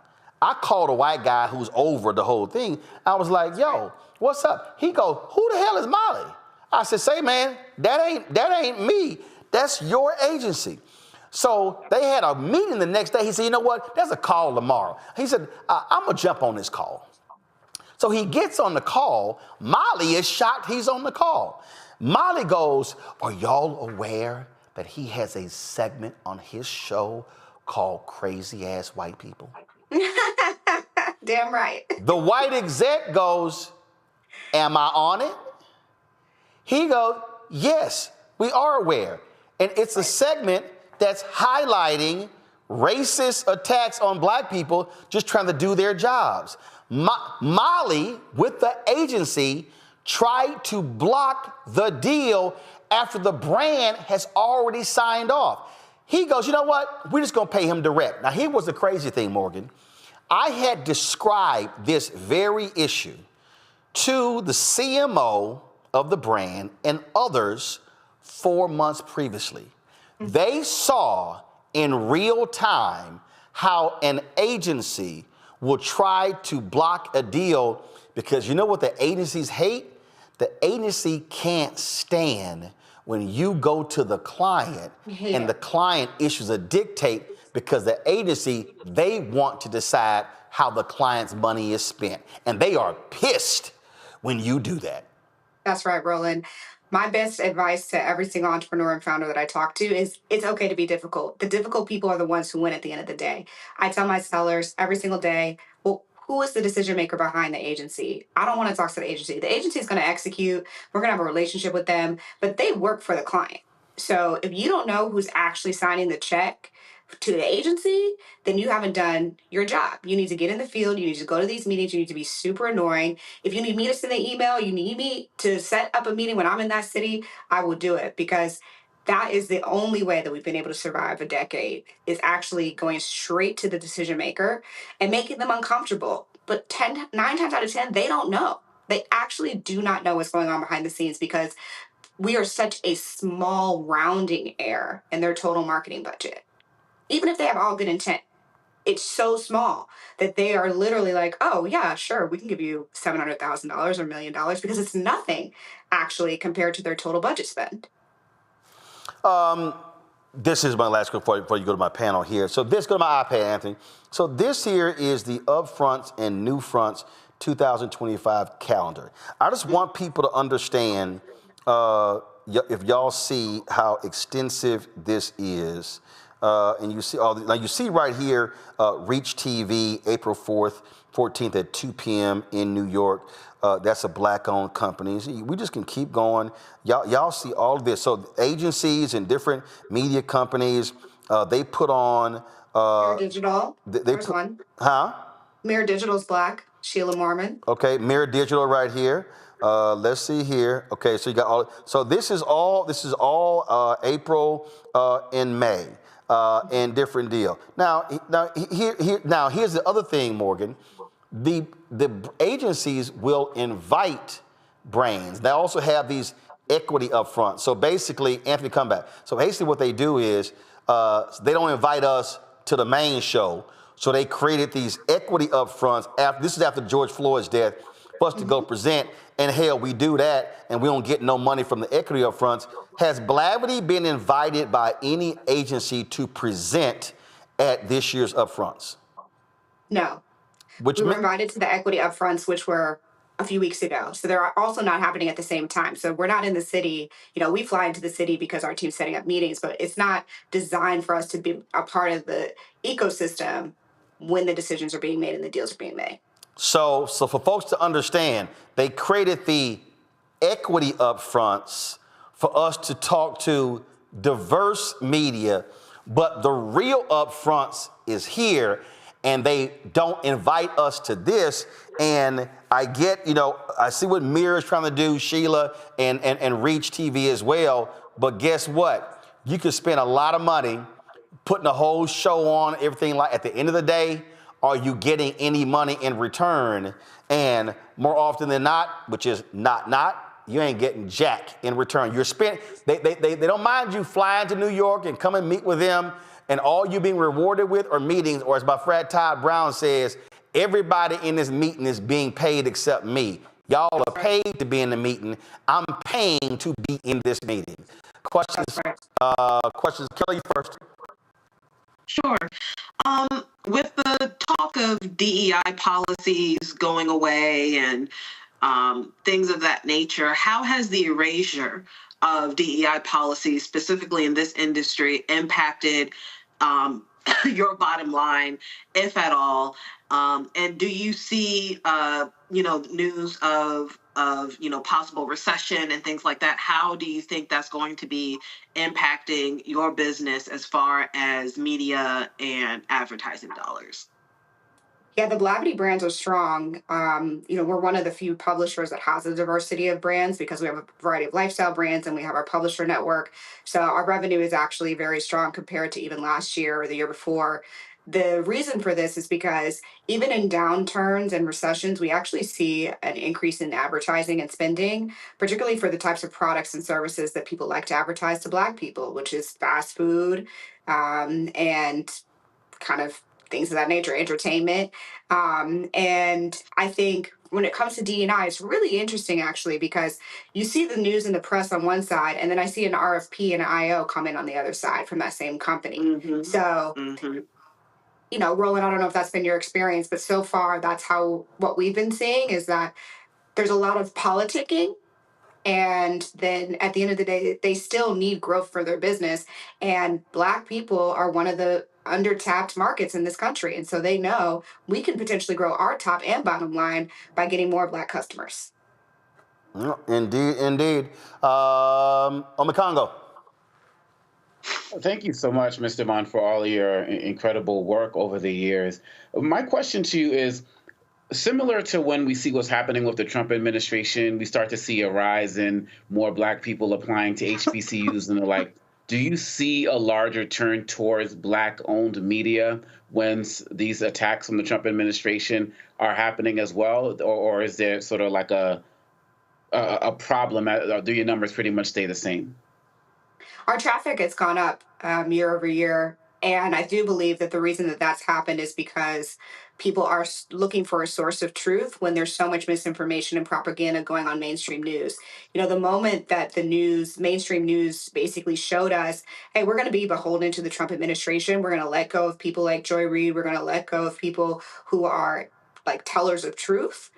That was the moment that I think Black people said, okay, I need to switch my information input. So our newsletter goes out every single day to 1 million plus people. And that is a place where people are able to get the news and information. One of the challenges that we have is how do you finance the news and information that is chronically underfunded, knowing what I talked about earlier in terms of keyword blocking, that has not changed. So how do we manage that? That's something that we're actively working through. I mean, I love your guys' model in terms of having direct contributions. We've talked about doing that, but really trying to figure out how can we strengthen our financing for reporting, which is very different than lifestyle content. Yep, absolutely. Teresa. So Morgan, thank you so much for coming on. I am definitely an admirer of your work. I am in the PR space, so I have been on the other end of making sure that some of those media ad buys go out. I know you guys have I think you call it like Blavity Fest, and you have it every year.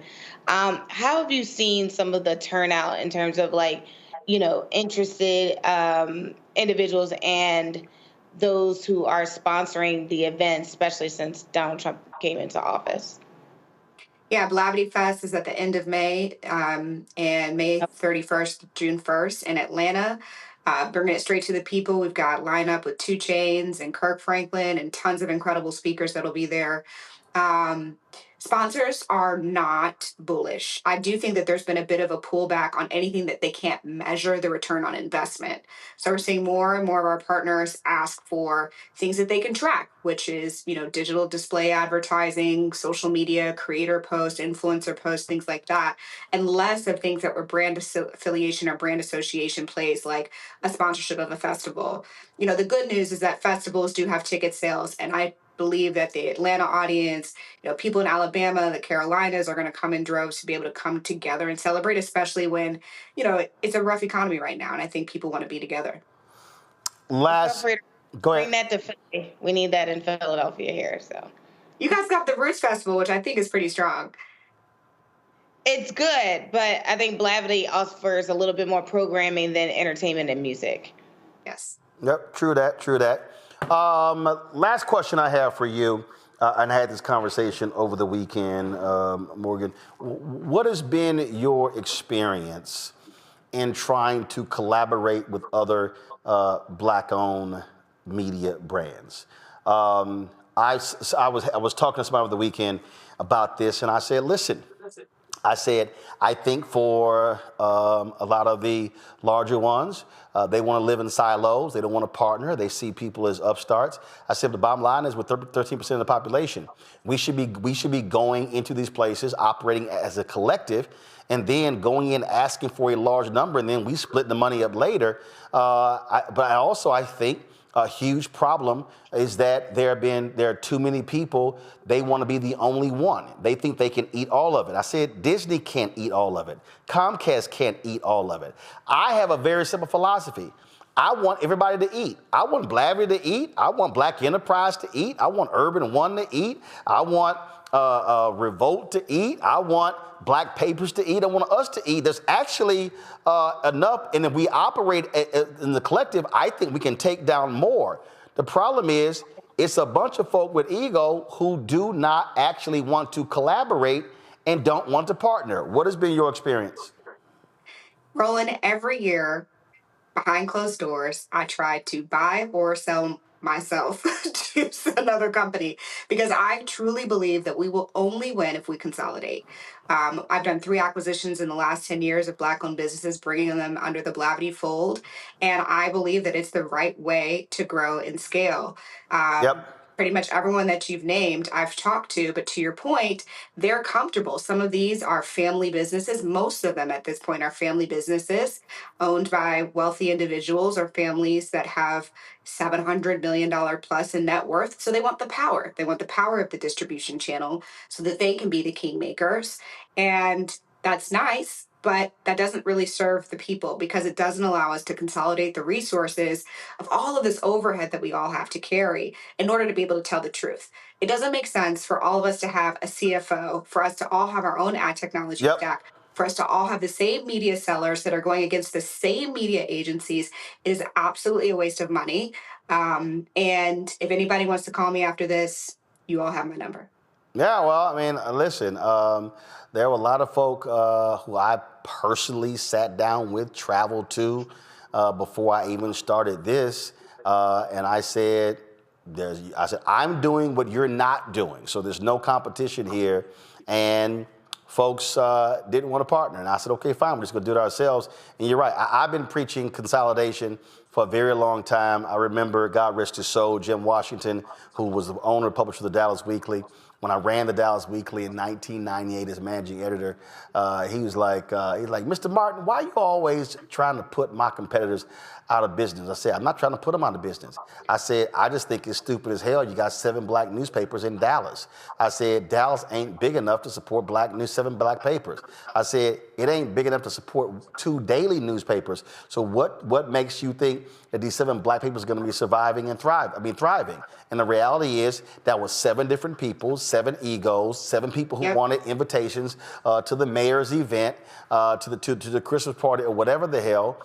And I said to him, Jim, I said, we're not getting ad dollars, Jim. We're getting community affairs dollars. I said, one thing I'll say to Roland is behind the scenes, a lot of us are collaborating on the revenue side. So many of the publications you mentioned are on our ad network. So we are running their ad technology and doing their sales. But where we're not collaborating is for people who own and dominate different distribution channels. Like you are the best on YouTube. And when it comes to digital video, there's no one that comes even close to your reach and your distribution. Right? Then there's people who have television and radio. That's actually where I think the consolidation needs to happen, where we'll have a lot of strength. Oh, no, absolutely. And I can tell you, and I'm going back, matter of fact, I'll use George Floyd as an example. That happened on May 25th, 2020.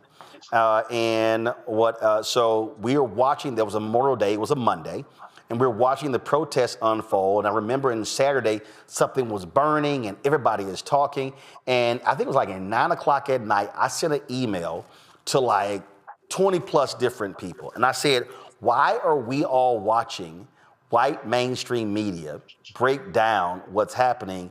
I said, why don't we all come together and produce our own show? I look, this is not, we were not in this studio. We were not in this 5,800 square foot studio. We were across the street and we were co-leasing, subleasing this place. All we had was 1 main room and 3 offices. That's all we had. And I said, we have the studio, we got the technology, and only out of the 20 people, 1 person responded, and they couldn't even get their technology together. We went ahead and broadcast our own show. I think we were live 3 or 4 hours. We were only a year and a half old.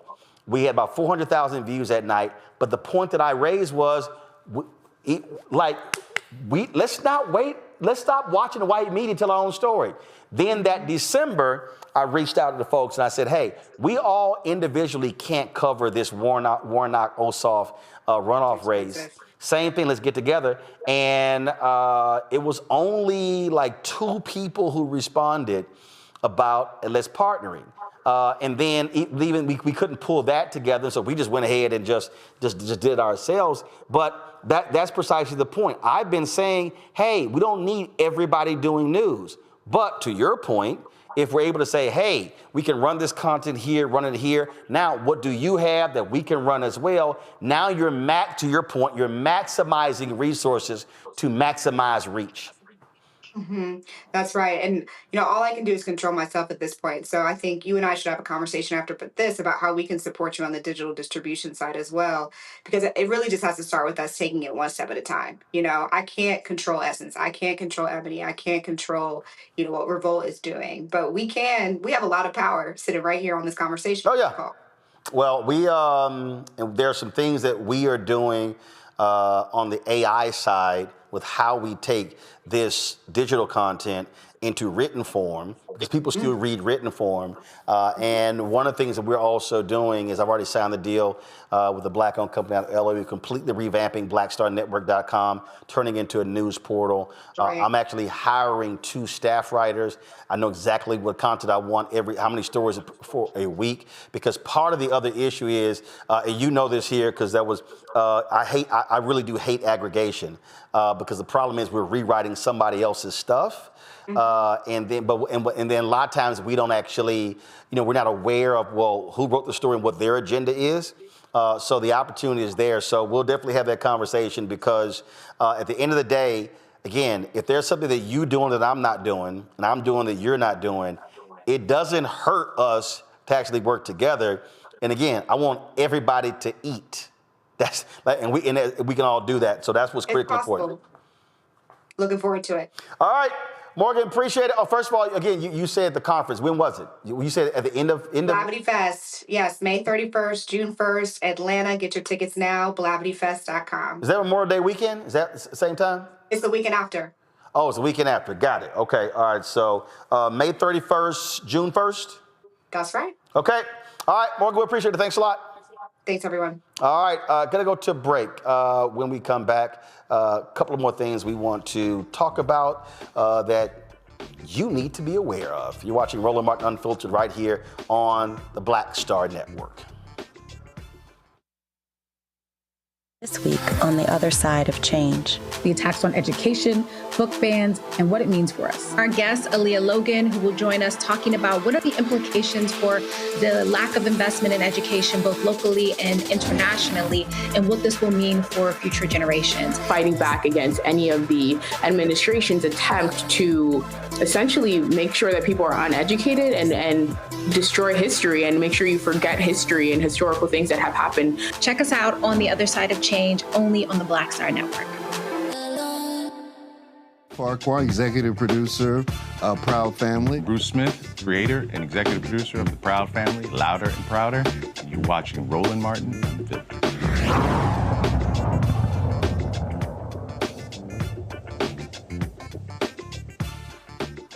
All right, y'all, Teresa Lundy, let's go from our panel. So, Teresa, we appreciate you joining us on today's show. Thank you so very much. Folks, let's talk South Sudanese. A bold new immigration crackdown from the racist the Trump administration is already stirring concern among African countries. Over the weekend, Secretary of State Marco Rubio, you know, the one whose parents from Cuba, because he ain't from here, announced that all U.S. visas held by South Sudanese passport holders are now revoked, effective immediately. In a statement on the State Department website, Rubio said it is time for the transitional government of South Sudan to stop taking advantage of the United States. Enforcing our nation's immigration laws is critically important to the national security and public safety of the United States. Every country must accept the return of its citizens in a timely manner when another country, including the United States, seeks to remove them, as South Sudan's transitional government has failed to fully respect this principle. Effective immediately, the United States Department of State is taking action to revoke all visas held by South Sudanese passport holders and prevent further issuance to prevent entry into the United States by South Sudanese passport holders. We'll be prepared to review these actions when South Sudan is in full cooperation. It comes after a deportation dispute between the United States and South Sudan. Washington says the African nation refused to accept the return of one individual, and now an entire community is paying the price. During a news conference, South Sudan's foreign minister responded to this revocation by the United States. The government of South Sudan has noted the United States announcement on April 5th, 2025, regarding the immediate revocation of visas for South Sudanese passport holders. This decision was made as a consequence of what was described as the failure of South Sudan's transitional government to accept the return of its repatriated citizens in a timely manner. We would like to clarify that the government of South Sudan has consistently maintained open communication and cooperation with U.S. authorities regarding immigration and deportation matters. The government welcomes all its citizens, whether they are returning voluntarily or through deportation processes. It is imperative to highlight that South Sudan has consistently demonstrated goodwill and cooperation with the United States on immigration and deportation issues. In this context, the South Sudanese Embassy in Washington, D.C. has issued emergency travel documents for 21 out of 23 individuals identified by U.S. authorities, with some successfully repatriated and admitted into South Sudan without issue. Of the 2 individuals confirmed as non-South Sudanese nationals, one is a Congolese citizen, namely Mr. Makula Kintu, and the other is a Sudanese national. The government deeply regrets that despite this history of collaboration and partnership, South Sudan now faces a broad revocation of visas based on an isolated incident involving misrepresentation by an individual who is not a South Sudanese national. South Sudan reaffirms its commitment to engaging constructively with the United States to ensure the proper verification and acceptance of bona fide South Sudanese nationals consistent with international standards and practices. South Sudan values its strong partnership with the United States and appreciates the significant contributions made by the American government and people, as well as the South Sudanese community residing in the U.S. The government remains steadfast in its commitment to resolving this matter through constructive dialogue and collaboration. The Republic of South Sudan looks forward to working closely with U.S. authorities to address this issue promptly, fairly, and in a manner that is mutually beneficial.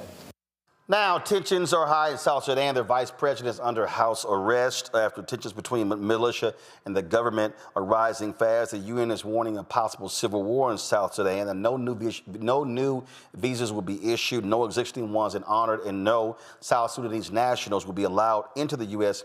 until further notice. This is the first countrywide visa ban for the Trump administration. Here's the real thing, Omekongo here. The fact of the matter is, Trump folk, they just want to send anybody anywhere. You heard them say that was a Congolese resident. We've seen this with other countries. Their whole attitude is, we don't give a damn who we send to you, you just take them. Yes, and on top of that, Roland, kind of going back to the importance of your first segment, this was the first time I've heard with this story. I've heard about the Sudan story all day, but this was the first time anyone's actually talked about the person who was rejected actually not being Sudanese. So that goes to the importance of accuracy as it relates to these stories. Furthermore, they want to make examples of this. And you know why I'm kind of like a little bit out of it right now? Because my mind is, as I'm thinking of the Duke basketball player, Malouak, who's Southern Sudanese. And I'm wondering, like, are they gonna make an example out of him? You know, he's at Duke, and that's where Stephen Miller went, and he probably doesn't think black people should go to Duke or something. But this is when people need to rally together, because it's another example of Trump also starting with small nations and small countries that he thinks that people aren't going to give a damn about. And if you think that is only going to be South Sudan, it's going to be other countries. So this is the time when people need to rally around, have accuracy, respect other countries' sovereignty, and just like you're doing with, El Salvador, not just shipping people wherever you feel like you can ship them. People need to stand for their sovereign borders. This administration has no patience, and they just want to make examples out of everybody. And I'm really interested to see what's going to happen at Duke if they're going to try to make an example out of him. Roland, there are less than 50 visas that have been issued to South Sudanese here in the United States, right? This is who they want to target. It's not surprising. We got to stand together. Kelly, real simple. This is called African nations are shithole countries. That's what Donald Trump thinks. And we're going to make an example out of you shithole, your shithole country. That's all this is. They don't give it. They do. Donald Trump, MAGA, Elon Musk, J.D. Vance, Marco Rubio, they do not want black people in this country. They will happily take white Afrikaners from South Africa. They do not want black people from Africa. Right? You heard about the $5 million gold card for people who can afford it that was basically advertised to white European countries and Russia. You hear about it in the dog whistles of exactly who they're going to welcome here and exactly who they're not. Said dog whistle is becoming a little bit louder and becoming a real whistle now, but you're absolutely right. It is sad. It is sad and it's pathetic how this administration is just living in their racism out loud through these policies, through their rhetoric, through their behaviors, everything. But what I am more concerned about now is after this administration, should there be an to this administration, we have to think about how these countries are going to treat us from here on out, because it can't be a foreign policy where they are treating us well, president by president by president, especially when our administration ideologies have been so mercurial from presidency to presidency as of late. They, like these other countries, Sudan, the European Union and the like, they're going to have to basically reframe how they see the United States from here on out, because they can't afford to govern their foreign policies based off of specifically who's in office at the time. There has to be some type of uniformity on their end. So what does that mean for us? If I were in their shoes, we would be treated like a third world country until there was a new history of decent behavior. And right now we don't have that. And we haven't had that for at least a decade and a half, as far as how mercurial and flip-floppy we have been as far as foreign policy is concerned. So my concern isn't just about Sudan. While it is terrible, this is a now problem. But what are the implications of this? It is how other countries are going to be viewing us. Sudan has partnerships with other countries. You know what I'm saying? Like, we're not the only country that has business with Sudan, who has diplomatic relations with South Sudan.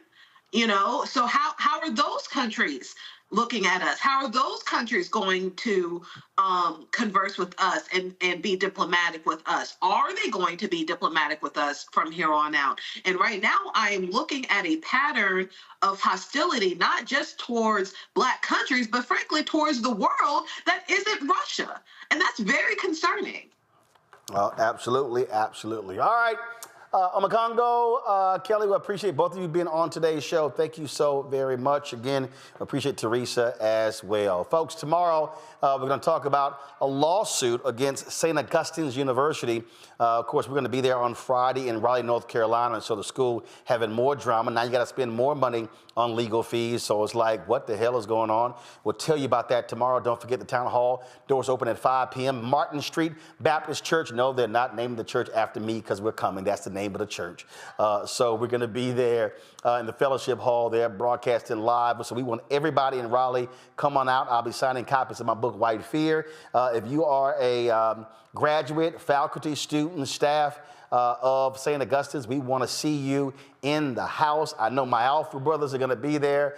They've been spreading the word as well. So we look forward to, again, broadcasting from there on Friday. So also tomorrow we're going to talk about, remember we showed you the racist video of Marjorie Taylor Greene's ex-husband? Well, now that racist is apologizing for verbally attacking a couple of Muslim women as they were praying, minding their own business. And so we'll have that for you tomorrow as well.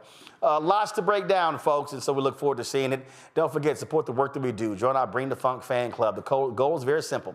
We want 20,000 people, of course, supporting us on average, $50 each, which is $4.19 a month, 13 cents a day. So first of all, let me say this here. A lot of y'all who have sent checks and money orders, it takes a while for us to actually deposit those checks and money orders. Between the last two mail runs, we literally had almost 900 checks and money orders. Let me just hold this for you. So I did go to the post office today, and just so y'all understand, a lot of people have been supporting us. Yes, I had to bring a duffel bag in to get the mail. So please be patient. I understand folk balance their checkbooks, but when you send a check and money order, it's a much lengthy process. It's not as just simple as just us sitting here, because what happens is some people have they make the check out to Roland Martin, they make it out to Black Star Network, they make it out to Roland Martin Unfiltered. Y'all, that's 3 separate accounts. So we literally have to go through every single envelope, open the envelope, look at the check, put what category is it in. We then have to log every single check because we put your name on our list on Friday. We then have to sign the back of every check and then go through. So it's a lot more process. And so again, this is all, just so y'all understand, this is all what came in today when I went to the post office. So please, if you sent a check or a money order, I ask you to be patient. We absolutely appreciate everybody who is supporting our show, the people who don't believe in electronic payments, who are sending stuff. I appreciate all of that, but just understand there's still more in here. There's a process that we have to go through when it comes to checks and money orders, and so please be patient. Yes, that's like literally that was what's all in the mail today. So if you want to give me a Cash App, please use the Stripe QR code. This is it right here on the screen. If you're listening, go to blackstarnetwork.com. That Stripe QR code. If you want to use a credit card, you can also use the Stripe QR code. As I said, our target goal is to have 20,000 people give on average $50 each a year. The goal is to raise $1 million annually from our fans. So here's the thing, y'all. I don't charge a subscription fee. I don't do Patreon. I don't do Substack. There's like perfect example, Midas Touch, the Progressive Network. They do 350 million views on their YouTube channel. They make a lot of money off their YouTube channel. They also have 40,000 people pay $8 a month on their Substack. Well, do the math, y'all. That's $96 a year. I purposely did not want to charge a subscription for our content because I wanted this widely available. So I wanted people to be able to access our content on our Facebook page, on our YouTube page, on our other pages. I want them to be able to access it. We post clips on our social media, and so that's why we do that. And so I knew if we had done a subscription model, people would not be able to see it. We would not be doing 200 million views a year. And so that's why we do it. So we asked you to support our Bring the Funk fan club as a way to donate to our cause in order for us to be able to build this and grow. As I said, this show started September 4th, 2018 with just this one show. On September 4th, 2021, we launched the Black Star Network. In February 2022, we start debuting our shows. We debuted 4 shows. 3 of those shows have gone away. We've added new shows. And so Dr. Greg Carr, his show is still with us. The Black Table, that's a weekly show. Reverend Dr. Jackie Hood Martin show of the Balanced Living, that is a weekly show. We just launched The Other Side of Change with Bria Baker and Jameer Burley. That is a weekly show.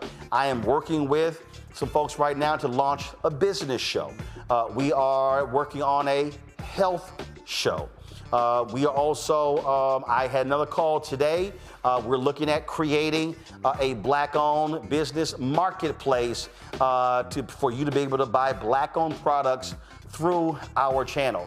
I've already signed a deal with a Black-owned web developer for us to completely redevelop blackstarnetwork.com to turn into a news portal.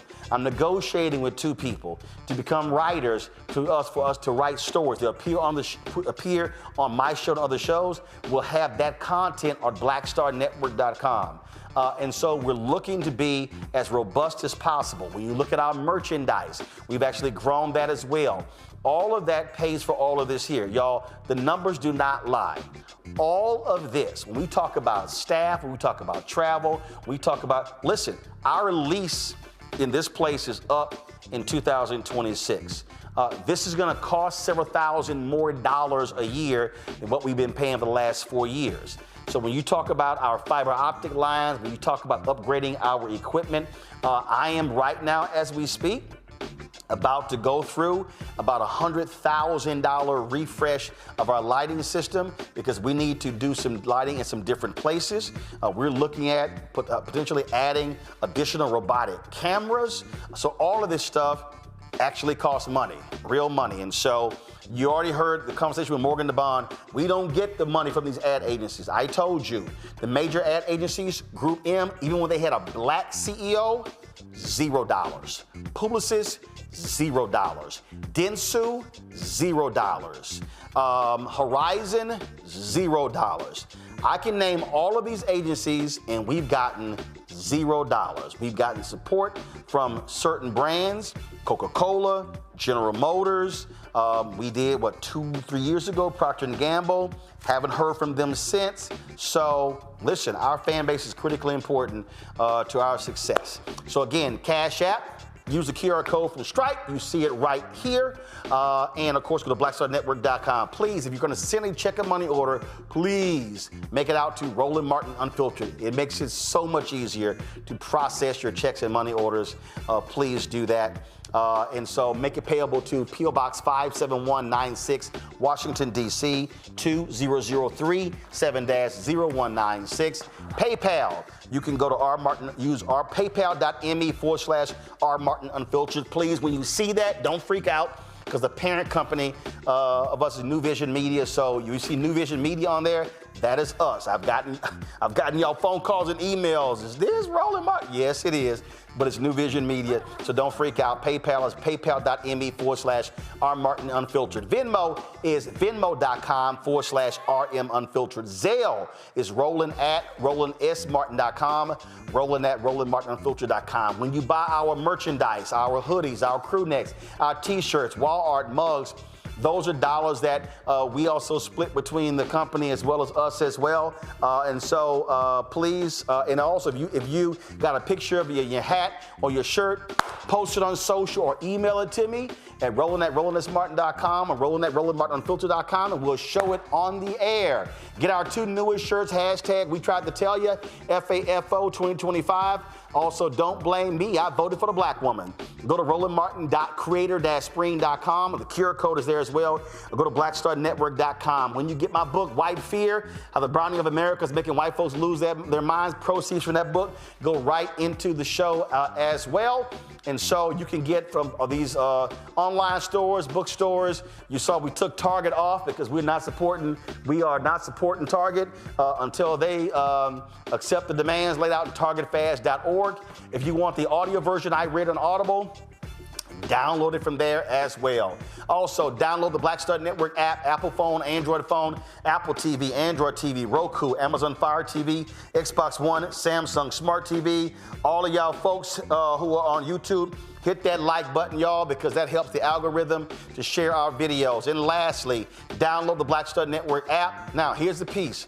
We want you watching on the show, on YouTube, because we generate more money on YouTube. We don't generate money from the app. We have the app as our way of being able to have a platform that if anybody says that our stuff cannot run, we will always have our own channel. That's why we have our app. The app costs me $150,000 a year. Why do we do it that way? It's because we want to be independent. So if YouTube or Facebook or anybody says, nah, we ain't running it, we're like, cool, we still gonna run it. So download Black Star Network app, Apple phone, Android phone, Apple TV, Android TV, Roku, Amazon Fire TV, Xbox One, Samsung Smart TV, and of course, download Fanbase, get Fanbase. Get the app. We're trying to build it to another 1 million followers. $11.4 million has already been raised. The goal is $17 million. Go to startengine.com/fanbase. Y'all, that's it. I will see. Anybody have a birthday? Anybody Nah, anybody birthday? Anybody my family birthday? My daddy's birthday later month. I'm trying to, what you want? What do you want? What? Is one of y'all birthdays or something? Don't nobody care about y'all Deltaversary? I got 2 Howard University talking about our Deltaversary come up. Do y'all see what this is? This is the only, I got two Deltas and a Sigma in the control room. It does not matter. They don't get shout outs. The only versary that's gonna get a shout out is on April 27th when I celebrate my 36th year in Alpha Phi Alpha Fraternity Incorporated. So the rest of y'all, first of all, don't be saying damn, because that's how you get paid. So don't be doing that Kevin Hart damn, okay, because you don't be saying damn when that check come in. See, oh, that was done. I don't want to hear it. I don't care. Okay, yeah.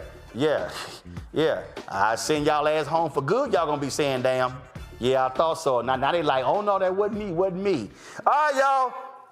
That's it. I'm gonna see y'all tomorrow. Right here. Also, we're gonna have for you Bishop William Barber. He spoke Saturday at the Indivisible March. We're gonna play for you his comments from that march as well. So it's a lot I had to get to. Yeah, this could have been an easily 3-4 hour show, but we gotta go home. I'll see y'all tomorrow right here on Black Owned, Unfiltered, Unapologetic. Y'all know how we do it. Black Star Network. Holla! Black Star Network is here. Oh, no punch! I'm real revolutionary right now. Thank you for being the voice of Black America. All momentum we have now, we have to keep this going. The video looks phenomenal. See, this difference between Black Star Network and Black-owned media and something like CNN. You can't be Black-owned media and be scared. It's time to be smart. Bring your eyeballs home. You dig?